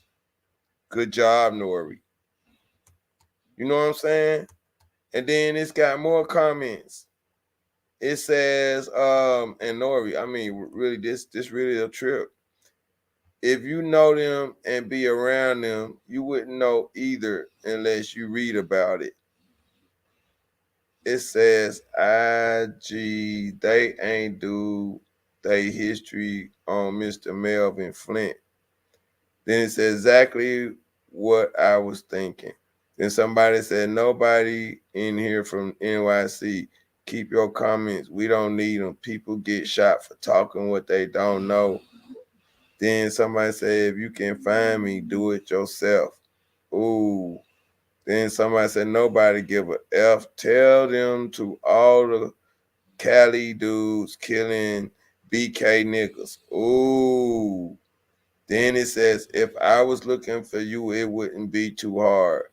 See, then somebody said, y'all Cali killing each other like every other city. See what I mean? Though, bro, you already told me you live in Cali without saying it. LOL. You talk too much, bro. Then somebody said, I'm counting on it, but I'm not doing your leg work. You want me, you do the hard shit. Then somebody, if you a Nori fan, then you know he been shouting out MU since the Melvin Flint album. Nori came a long way in life. Murder Unit was about the action. He did time for shooting somebody back in the day too. They had a shootout with Junior Mafia right outside Hot 97. That's downtown Manhattan, where shit doesn't pop off, similar to FBG Duck getting killed in downtown Chicago. Then somebody said a tunnel is the only club in NYC that was extreme with their security. Every other club, I get pat down. That's it. The tunnel, you got to pat down crazy. You had to take your shoes off so they can check them for weapons. Then they made you open your mouth and you lift your tongue while dude with a flashlight check for concealed razors in your mouth. It almost felt like I was visiting someone in Rikers Island. Bouncers were fucking huge. Tunnel can get really crazy. So I understood why the crazy precautions were taken, but I had a good time with no problems. Thank God. There was something about a club called a Tunnel, and something went down. Shooting went down there.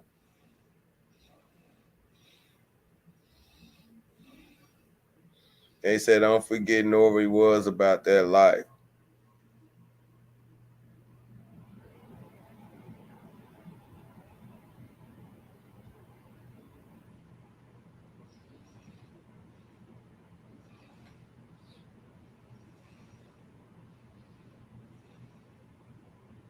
Somebody said they wasn't no joke. So let's go to the video, y'all, so y'all can catch it. Certain street crews.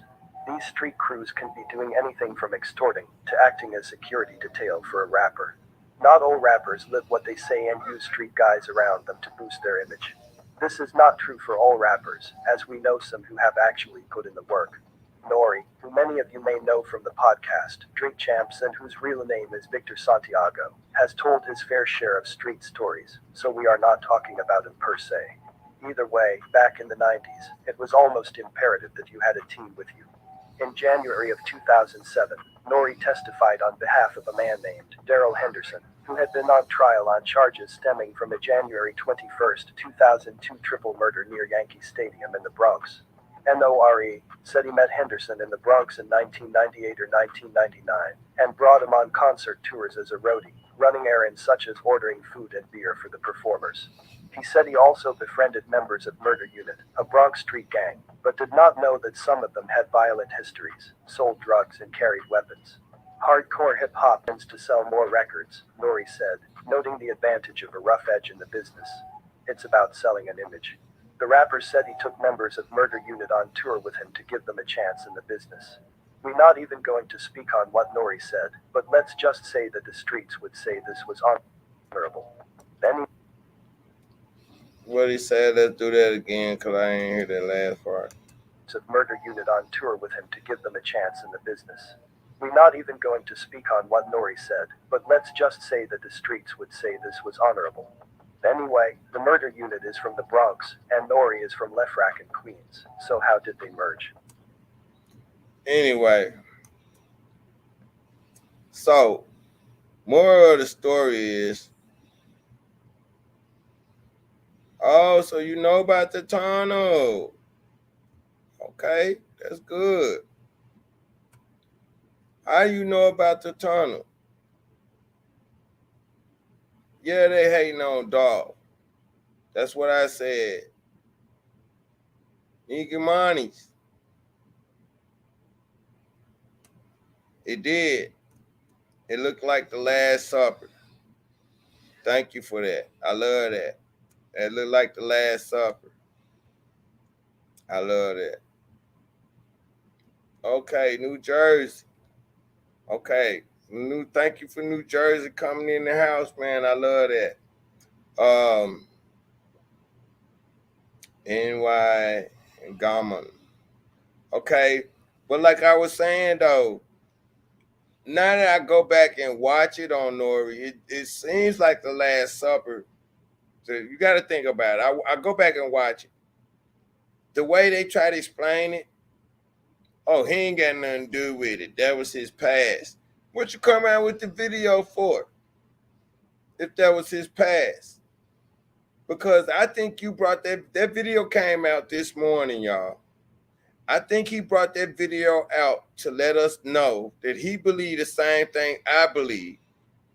That Dolph was set up at the Drink Champs. He was set up at Drink Champs. Cause Soulja Boy didn't go off until after he watched Drink Champs. And whether y'all know it or not, Soulja Boy lives in Florida. Soulja Boy was in Florida when Dolph was at Drink Champs recording. He was doing more than trolling. Just like they was in Memphis a week and a half or 5, 6, 7 days before Dolph got in Memphis. You noticed the hits that was done in Memphis before Dolph was hit? See, that's why I say everybody got to be checked, man. I don't mean no harm, New York. I don't mean no harm, California. But the record business and the record labels is messed up nowadays, man. And if it goes all the way back to when Scott LaRock was shot and murdered, to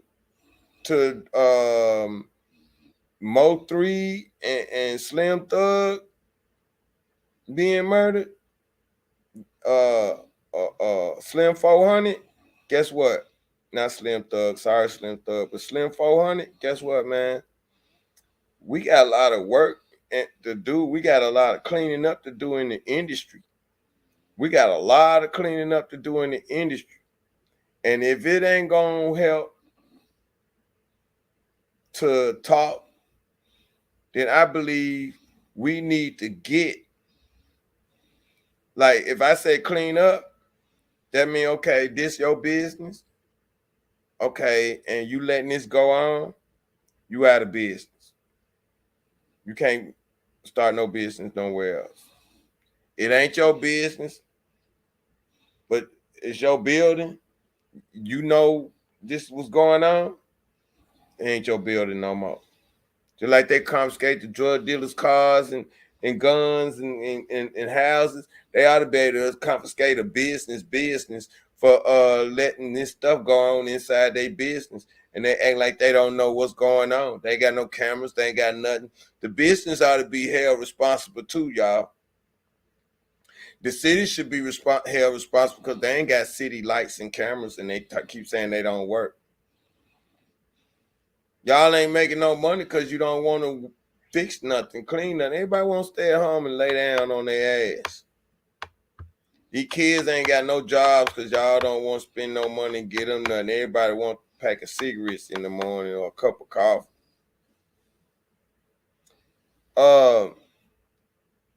Nigaman, I can't say your name. I wish I could say your name, but I guess the NY stand for New York, but I'm going to say New Jersey.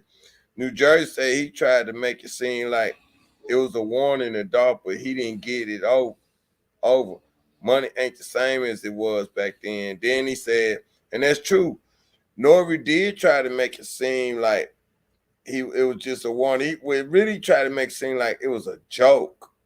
Like, why all rappers always go back to the hood, man? Ain't you scared? You know what I'm saying? But that was a question you shouldn't have really asked. On some G shit, you know how bad that beef is. That's like them asking Slim 400 about his beef. On some G shit. Man, journalists and bloggers, man, y'all trying to get the artist and the person you interviewing killed.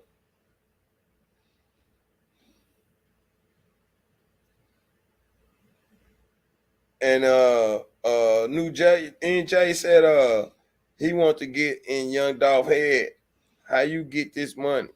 Is it drug related, and how he's allowed to move on his own in his own hood? Why you want to know all that? Yeah, that's true. That's true. That's true. He was trying. But my thing is that he just seemed so snakish and evilish and devilish about it. And he did game the same way. I think they're gonna come after the game next. They did game the same way. But they did DMX first. That's what I meant to say. They did DMX first. You got DMX, you got Dolph. Ooh.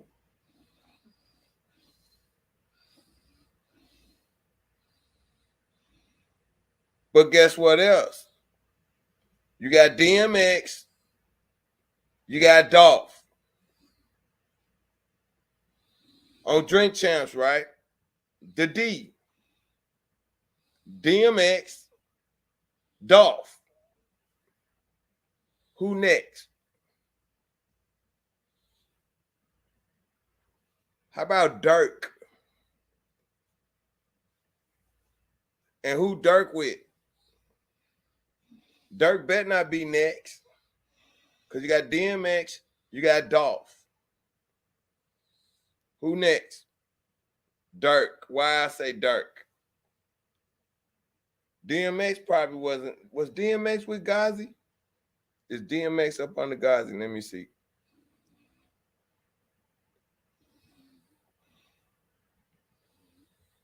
I think DMX is up on the Ghazi, y'all. He was up on the Ghazi. Don't ask that. The reason why I asked was DMX up on the Ghazi is as far as distribution, and the reason why I said Dirk next is because you got the D's. DMX was on Drink Champs, and after that he passed. I felt it with DMX. See, I got some history between me and DMX because I did Bloodline first, and DMX stole Bloodline. But I love DMX music, so I never did really say nothing. It would have took a long time for me to say something, but as soon as he passed, my Bloodline tape appeared magically in the United States. So now I got my copyrights and all that for my Bloodline music. So but when I saw DMX on Drink Champs, DMX passed not too long after that. Then I saw Dolph on Drink Champs, Dolph passed not too long after that. I didn't watch Lil Durk. I watched Game. I felt it with Game, but I'm thinking it could be Lil Durk because of the D's.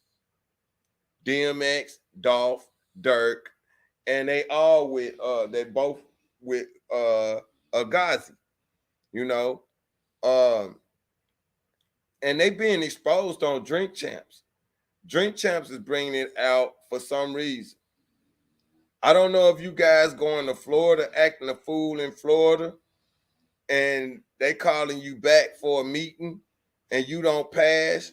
And when you don't pass, you get your ass kicked or dealt with as soon as you leave Florida. As soon as you go back home, take care of your business or whatever for a little bit. It's like that's the final meeting place right now. Texas or Florida or Alabama. It's down south, wherever it is. It's the devil's hellhole.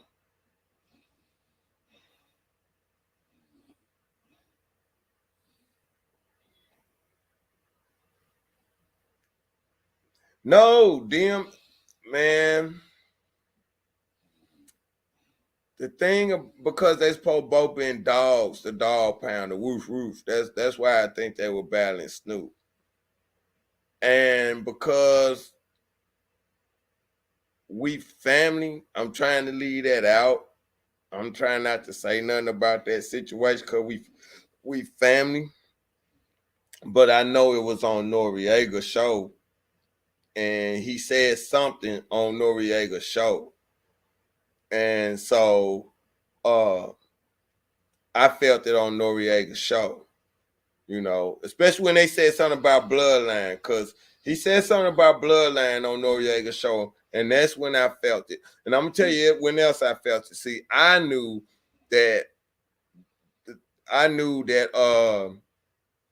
DMX had just not too long got out of rehab. Why you going to put him on Drink Champs if he just got out of rehab? So that's what made me feel uneasy. And the questions that he asked, I wasn't paying attention to in DMX's conversation, but I did pay attention because I like DMX, and I wanted to see if he was going to speak on Bloodline, and he spoke on Bloodline. But when he spoke on Bloodline, it was like he didn't want to speak on Bloodline because it's him and somebody else or somebody helped him get his label started from what he's saying, all that. But anyway, you know, it was on From the Cradle to the Grave movie. He brought Bloodline Records out because they did a video at the end of the movie. So, but when I saw him on Drink Champs, it was like I felt it in my gut then, something gonna happen to DMX, you know. And then I told my girl, I was like, if this nigga drinks something, he going back into relapse. And that's gonna kick it off. And old as we is now in our 50s and 60s, man, you don't need no more crack and marijuana and shit in your system. It's gonna kill you.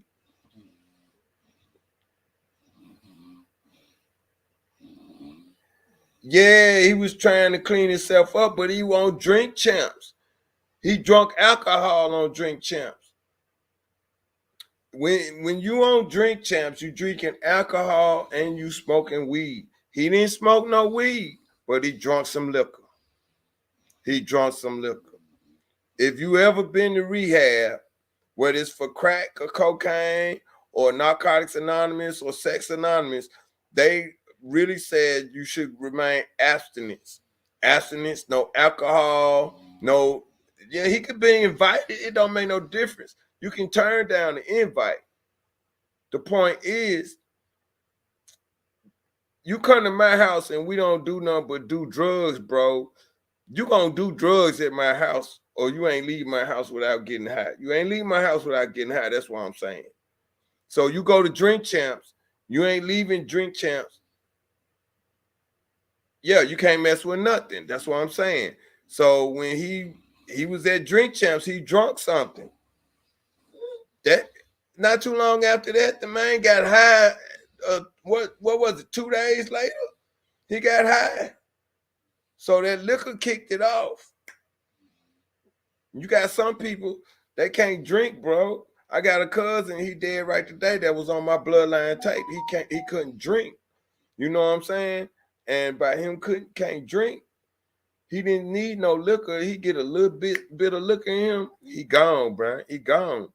He acting crazy and everything. So I think he was set up when he was asked to come. You know what I'm saying? Because, hey, man, you could have did it without any bottles. You could have had Coca-Cola or some shit, but then they want to act like, see, everybody, we trying to play this role. Then you talking about legends. He ain't even doing legends no more. He did, who he do? He said that's right. You don't have to do nothing. Kanye didn't drink, but he smoked. He smoked that weed. He smoked that weed. See? And he said, and he claimed Hoover that day. He claimed Hoover and he smoked weed when he was on there.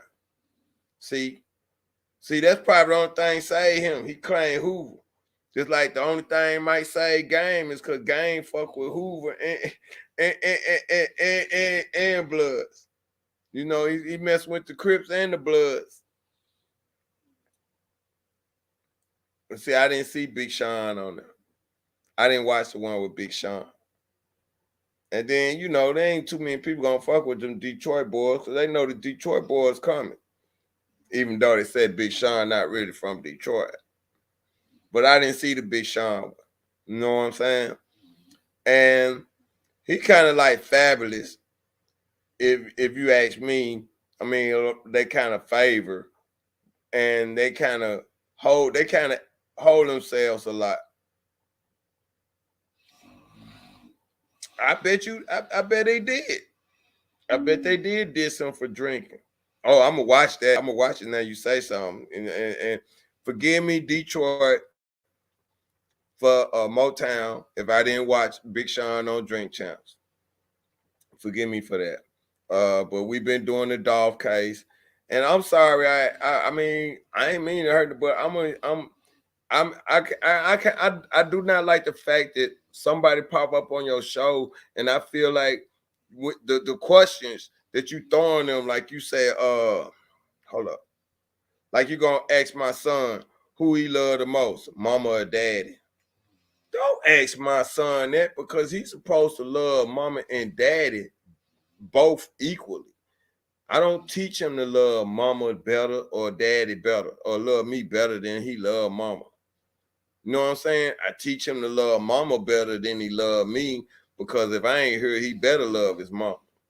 See, so you can't be sitting up here throwing, you gonna ask Snoop Dogg, No Limit, or somebody else.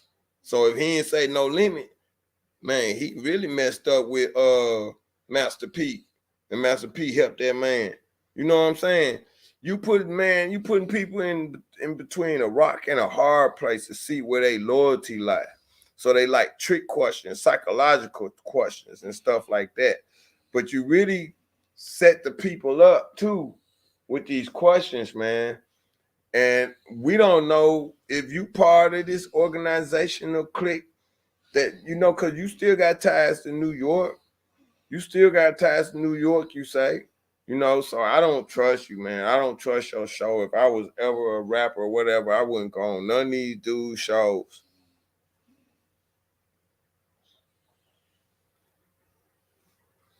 Yeah, we do got to start looking out for one another. I mean, if we don't start looking out for one another, we ain't going to make it. Like right now, you can really start reaching out and teaching this and preaching this to other people in your community or in your circle to start looking out and taking care of one another. And you don't have to just preach it. You can do it. You got to walk the walk, not just talk that talk. You got to walk that walk. So you got to also do it. Right, right, right. Not Vlad or Nori show. Not Vlad or Nori show. See, like if I had the Worldwide Hip Hop Hall of Fame, and you might want to join my panel. You know what I'm saying? Become a member. You can help me out on my show. You know what I'm saying? But like my Worldwide Hip Hop Hall of Fame, you know what I'm saying? We trying to. You do what every day? Oh, you be on my show every day?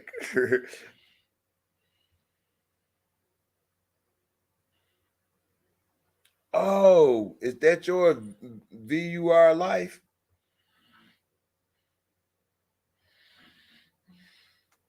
Maybe I'll go to that and see if that VUR.LIFE.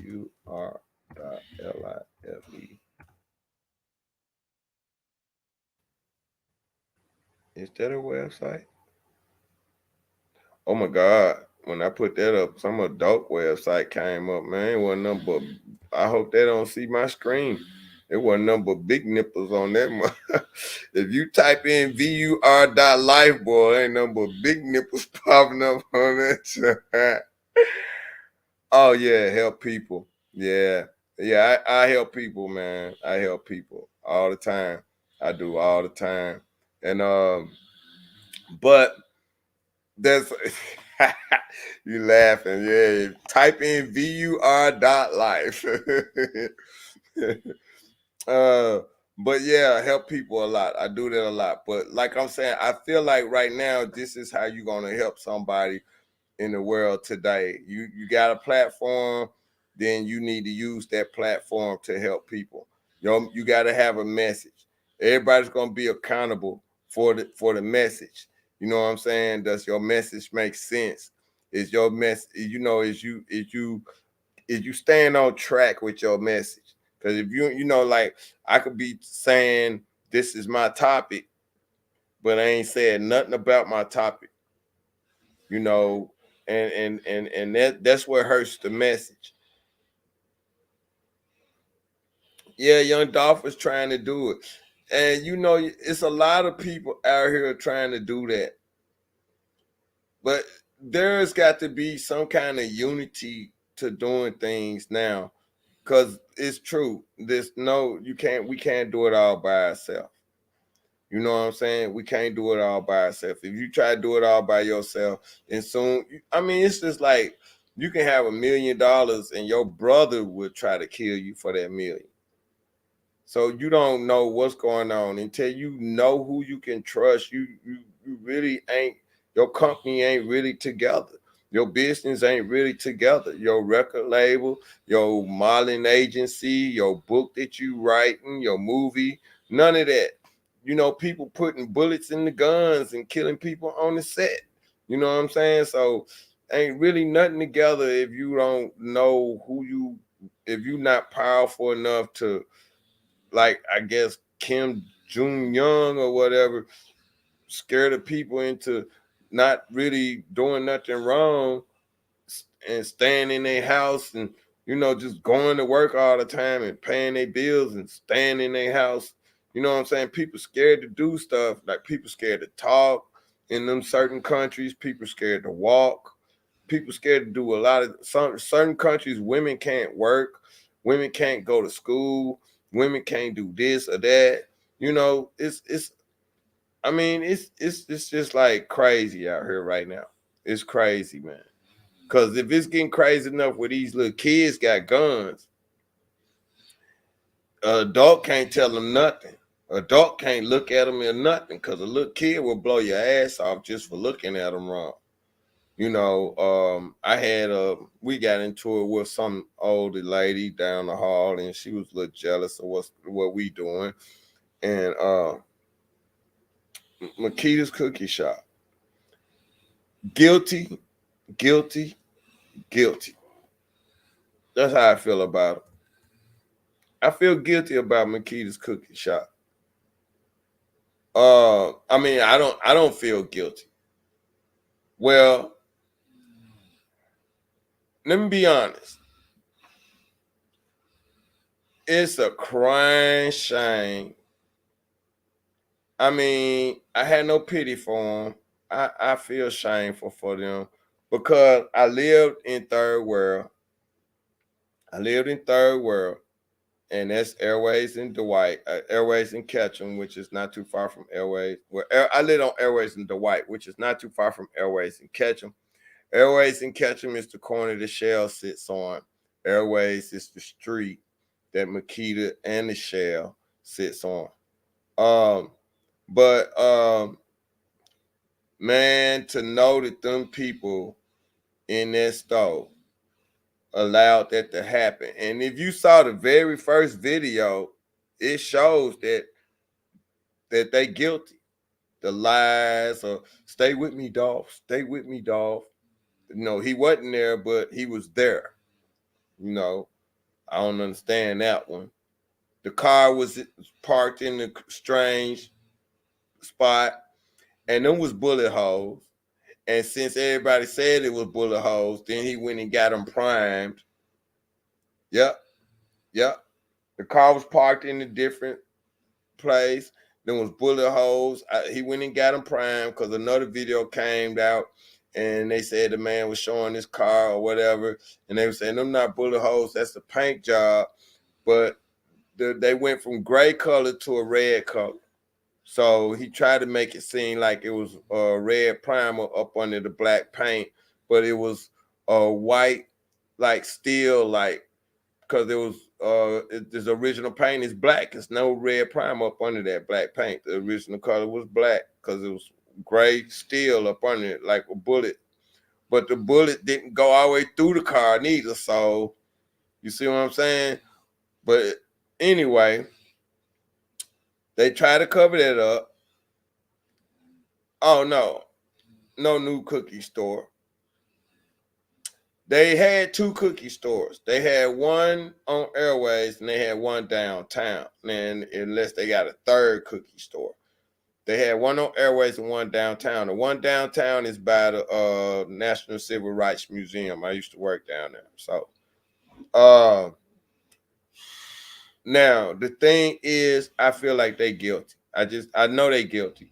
If you watch the very first video, Maurice got two phones. He threw one up under the car. All right. He looked like he had blood right here on his arm right here. He looked like he had blood on his arm. When he threw the phone, it looked like it was blood on this arm right here. So, and he hid it behind his back. So I saw that in the first video. So, hey, they guilty, man. They guilty. But guess what? 70 bowls inside the cookie shop. They real guilty. When the very first video came out and everybody was saying that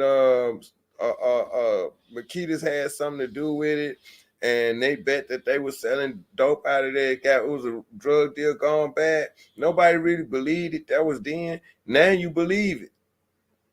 70 bowls come up out of there. But let me ask you a question. If the police went in there and they did the crime scene and all that, why they didn't see 70 bowls in there and why they didn't smell it? Why they didn't, if they said they could smell 70, they can smell the weed on the coming off the highway. Didn't know where it was coming from because ain't no dispensary over there. Why you didn't smell it when you went inside the cookie store?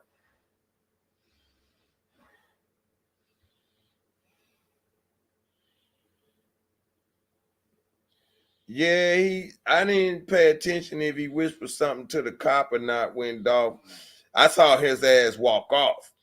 Oh yeah, before they took him to the car, yeah, they were asking him something and he was pointing. He was trying. I think they was trying to say the door was locked, and he was trying to get the somebody to get the man the key because he didn't have the key because he put his phone in his pocket.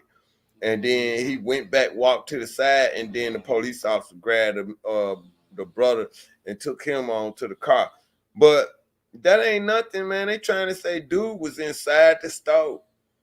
They trying to say he was inside the store, and they trying to say that Cornelius Smith got a indictment for trying to shoot Dolph's brother. So it's attempted murder charge on Cornelius for trying to shoot Dolph's brother. Which where did he try to shoot Dolph's brother at? They saying inside the store.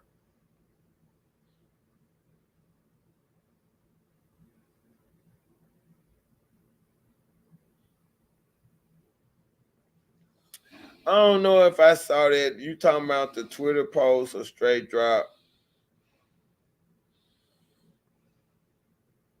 Oh yeah. Well, no, I didn't see that, and the only reason why I didn't see that is because I heard about it, but I didn't see it. I heard about it. I forgot the reporter name, but yeah, but see that right there. I went to his page. It was on his page, right? So it was on his page. Um, though these the reason why I was on this page probably because he got it and heard it from a police officer or something like that. But if that was on the 18th, why it took them so long to catch the man? Cause didn't the video come out on the 18th, or was his video done on the 7th? Cause they did a video on the 7th. He did 2 videos. He did 3 videos. Straight Drop did 3 videos. Straight Drop did 3 videos during the time he was out. Cause you know he did the one before he got caught. Before he got caught in Virginia. All right. He did the one with Big Moochie Gray called Straight Drop or whatever. And then he did the one before that, where they did at they did it no straight drop out, straight drop in. He did one the day Dolph got killed. He did one with Moochie Gray, which I guess was the day after, or there was 2. And then he did another one, which was the day before he got arrested. Before he got arrested when they were looking for him. So yeah, man, I watched it. I saw it. I'm on top of it. But my main thing right now is don't let the record labels get away, man. I hope they don't let the record labels get away, because do not let Soldier Boy get away without being questioned. Do not let the record labels get away without being questioned. I mean, serious investigation, 72-hour interrogation. You know what I'm saying? I mean, interrogation, not investigation, interrogation. Y'all need to do more investigation, interrogation. And guess what? They're going to see this video and they're going to try their best not to kill nobody, probably except for me. But hey, like I said, I ain't got no enemies. I ain't got no enemies. I ain't got no frenemies. So if I was to mysteriously come up, something's wrong. You know what I'm saying? Somebody like a record label or any names that I done dropped and said, I think you did it, Nori, or I think you got something to do with it, Nori. I think you got something to do with it, Gotti, Black Youngster, Mia J, Key Glock, and a couple of you police officers in the city of Memphis, Ghazi, CMG, Trulia Mafia, Pre, Double R, and EBG. Think all y'all got something to do with it. Yeah, they fear independent record label.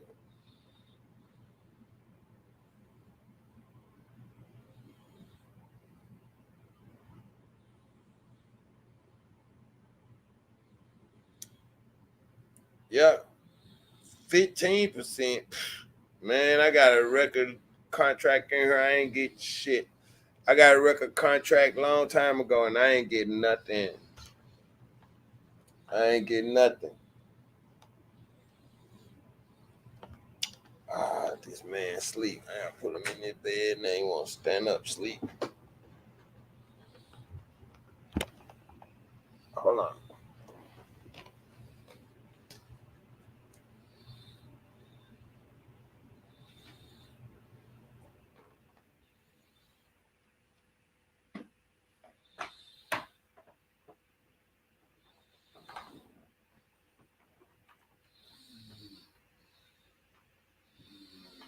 Yeah, man.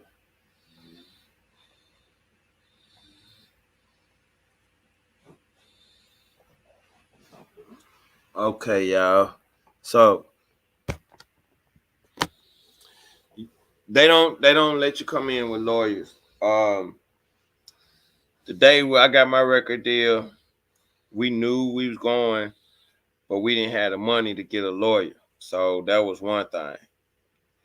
And it was hard to find a lawyer that did record contracts at the time in our city. So we got the only thing messed us out of our contract though was my cuz. Cause I know how to read contracts. So, it's like I know how to get myself out of trouble and out of jail. So some people don't know how to read. Like some people don't know what definitions and stuff mean of certain words. And that's like why they don't want to read the Bible, because they can't interpret the words. They don't know what yay mean. Yay mean yes. And they don't even know that. You know what I'm saying? They don't know what nay mean. Nay mean no. You see what I'm saying? You tell them what yay mean, then they go read on down a sentence and they see the word nay, and they still don't know what nay mean. Don't it sound like yay? So if yay mean yes, what nay mean? No. And people don't put two and two together when they reading and understanding. And that's like looking at a 45-year-old man with a bunch of muscles and the brain of a 2-year-old. You know what I'm saying? Now, if you a lawyer, are you a music lawyer?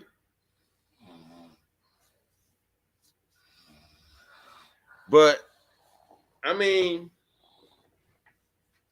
if a lawyer gonna go in without the money, and if your city got lawyers, right.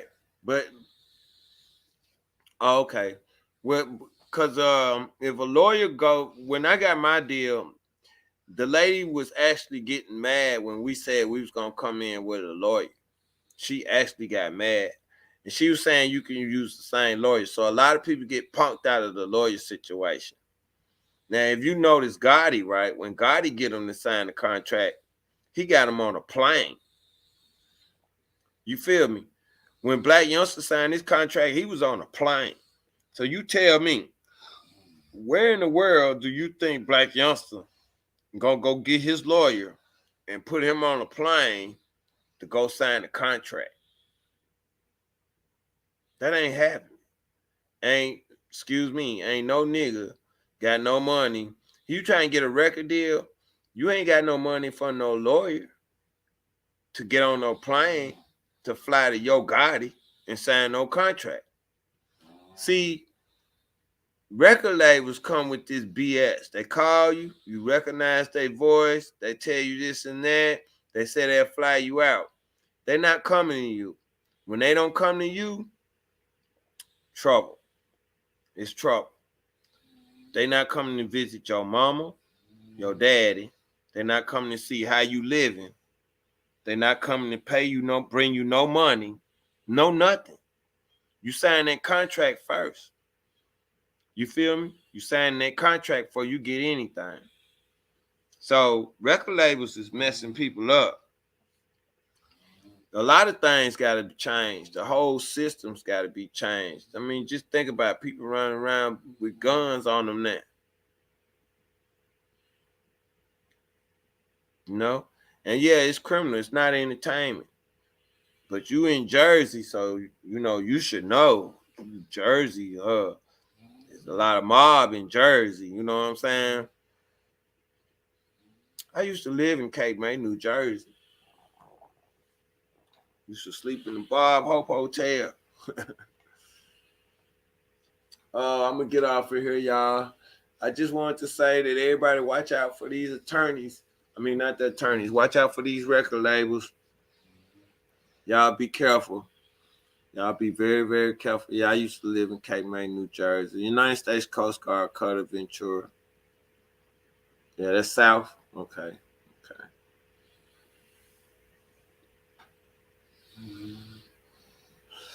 Well, you enjoy, like, you know, if you left a comment or if you want to join, be a member, you know what I'm saying? Let me know. God bless you too. I don't know when I'll get on here again. Today is it's go Tuesday. Let me see. I might get on tomorrow or Thursday. I don't know. You 5 minutes from NYC. I'm about 15 minutes from Ohio. And an hour from Detroit, but I'm in Michigan. My shoulder getting to hurt now, y'all. It's 5 in the morning. I do this every day. I stay up late. My son just not too long went to sleep, so you know how that is. I just felt like I wanted to talk about that because you know they talked about the gangs and everything like that, and it don't, you know, if you're trying to, okay, that'll work. That'll work. Let's get up then. Let's get up. I got a lot of stuff going on. My website should be on and popping pretty soon. I got a lot of stuff going on. Yeah, it's 5:38. Okay, let's holler back later then. You can hit me up at 619-964-2213. I don't give a hoot. You know what I'm saying? I know how to block people if they get to acting stupid. But we can talk business and get some business going. All right? Peace out. That's that third for that third world, y'all.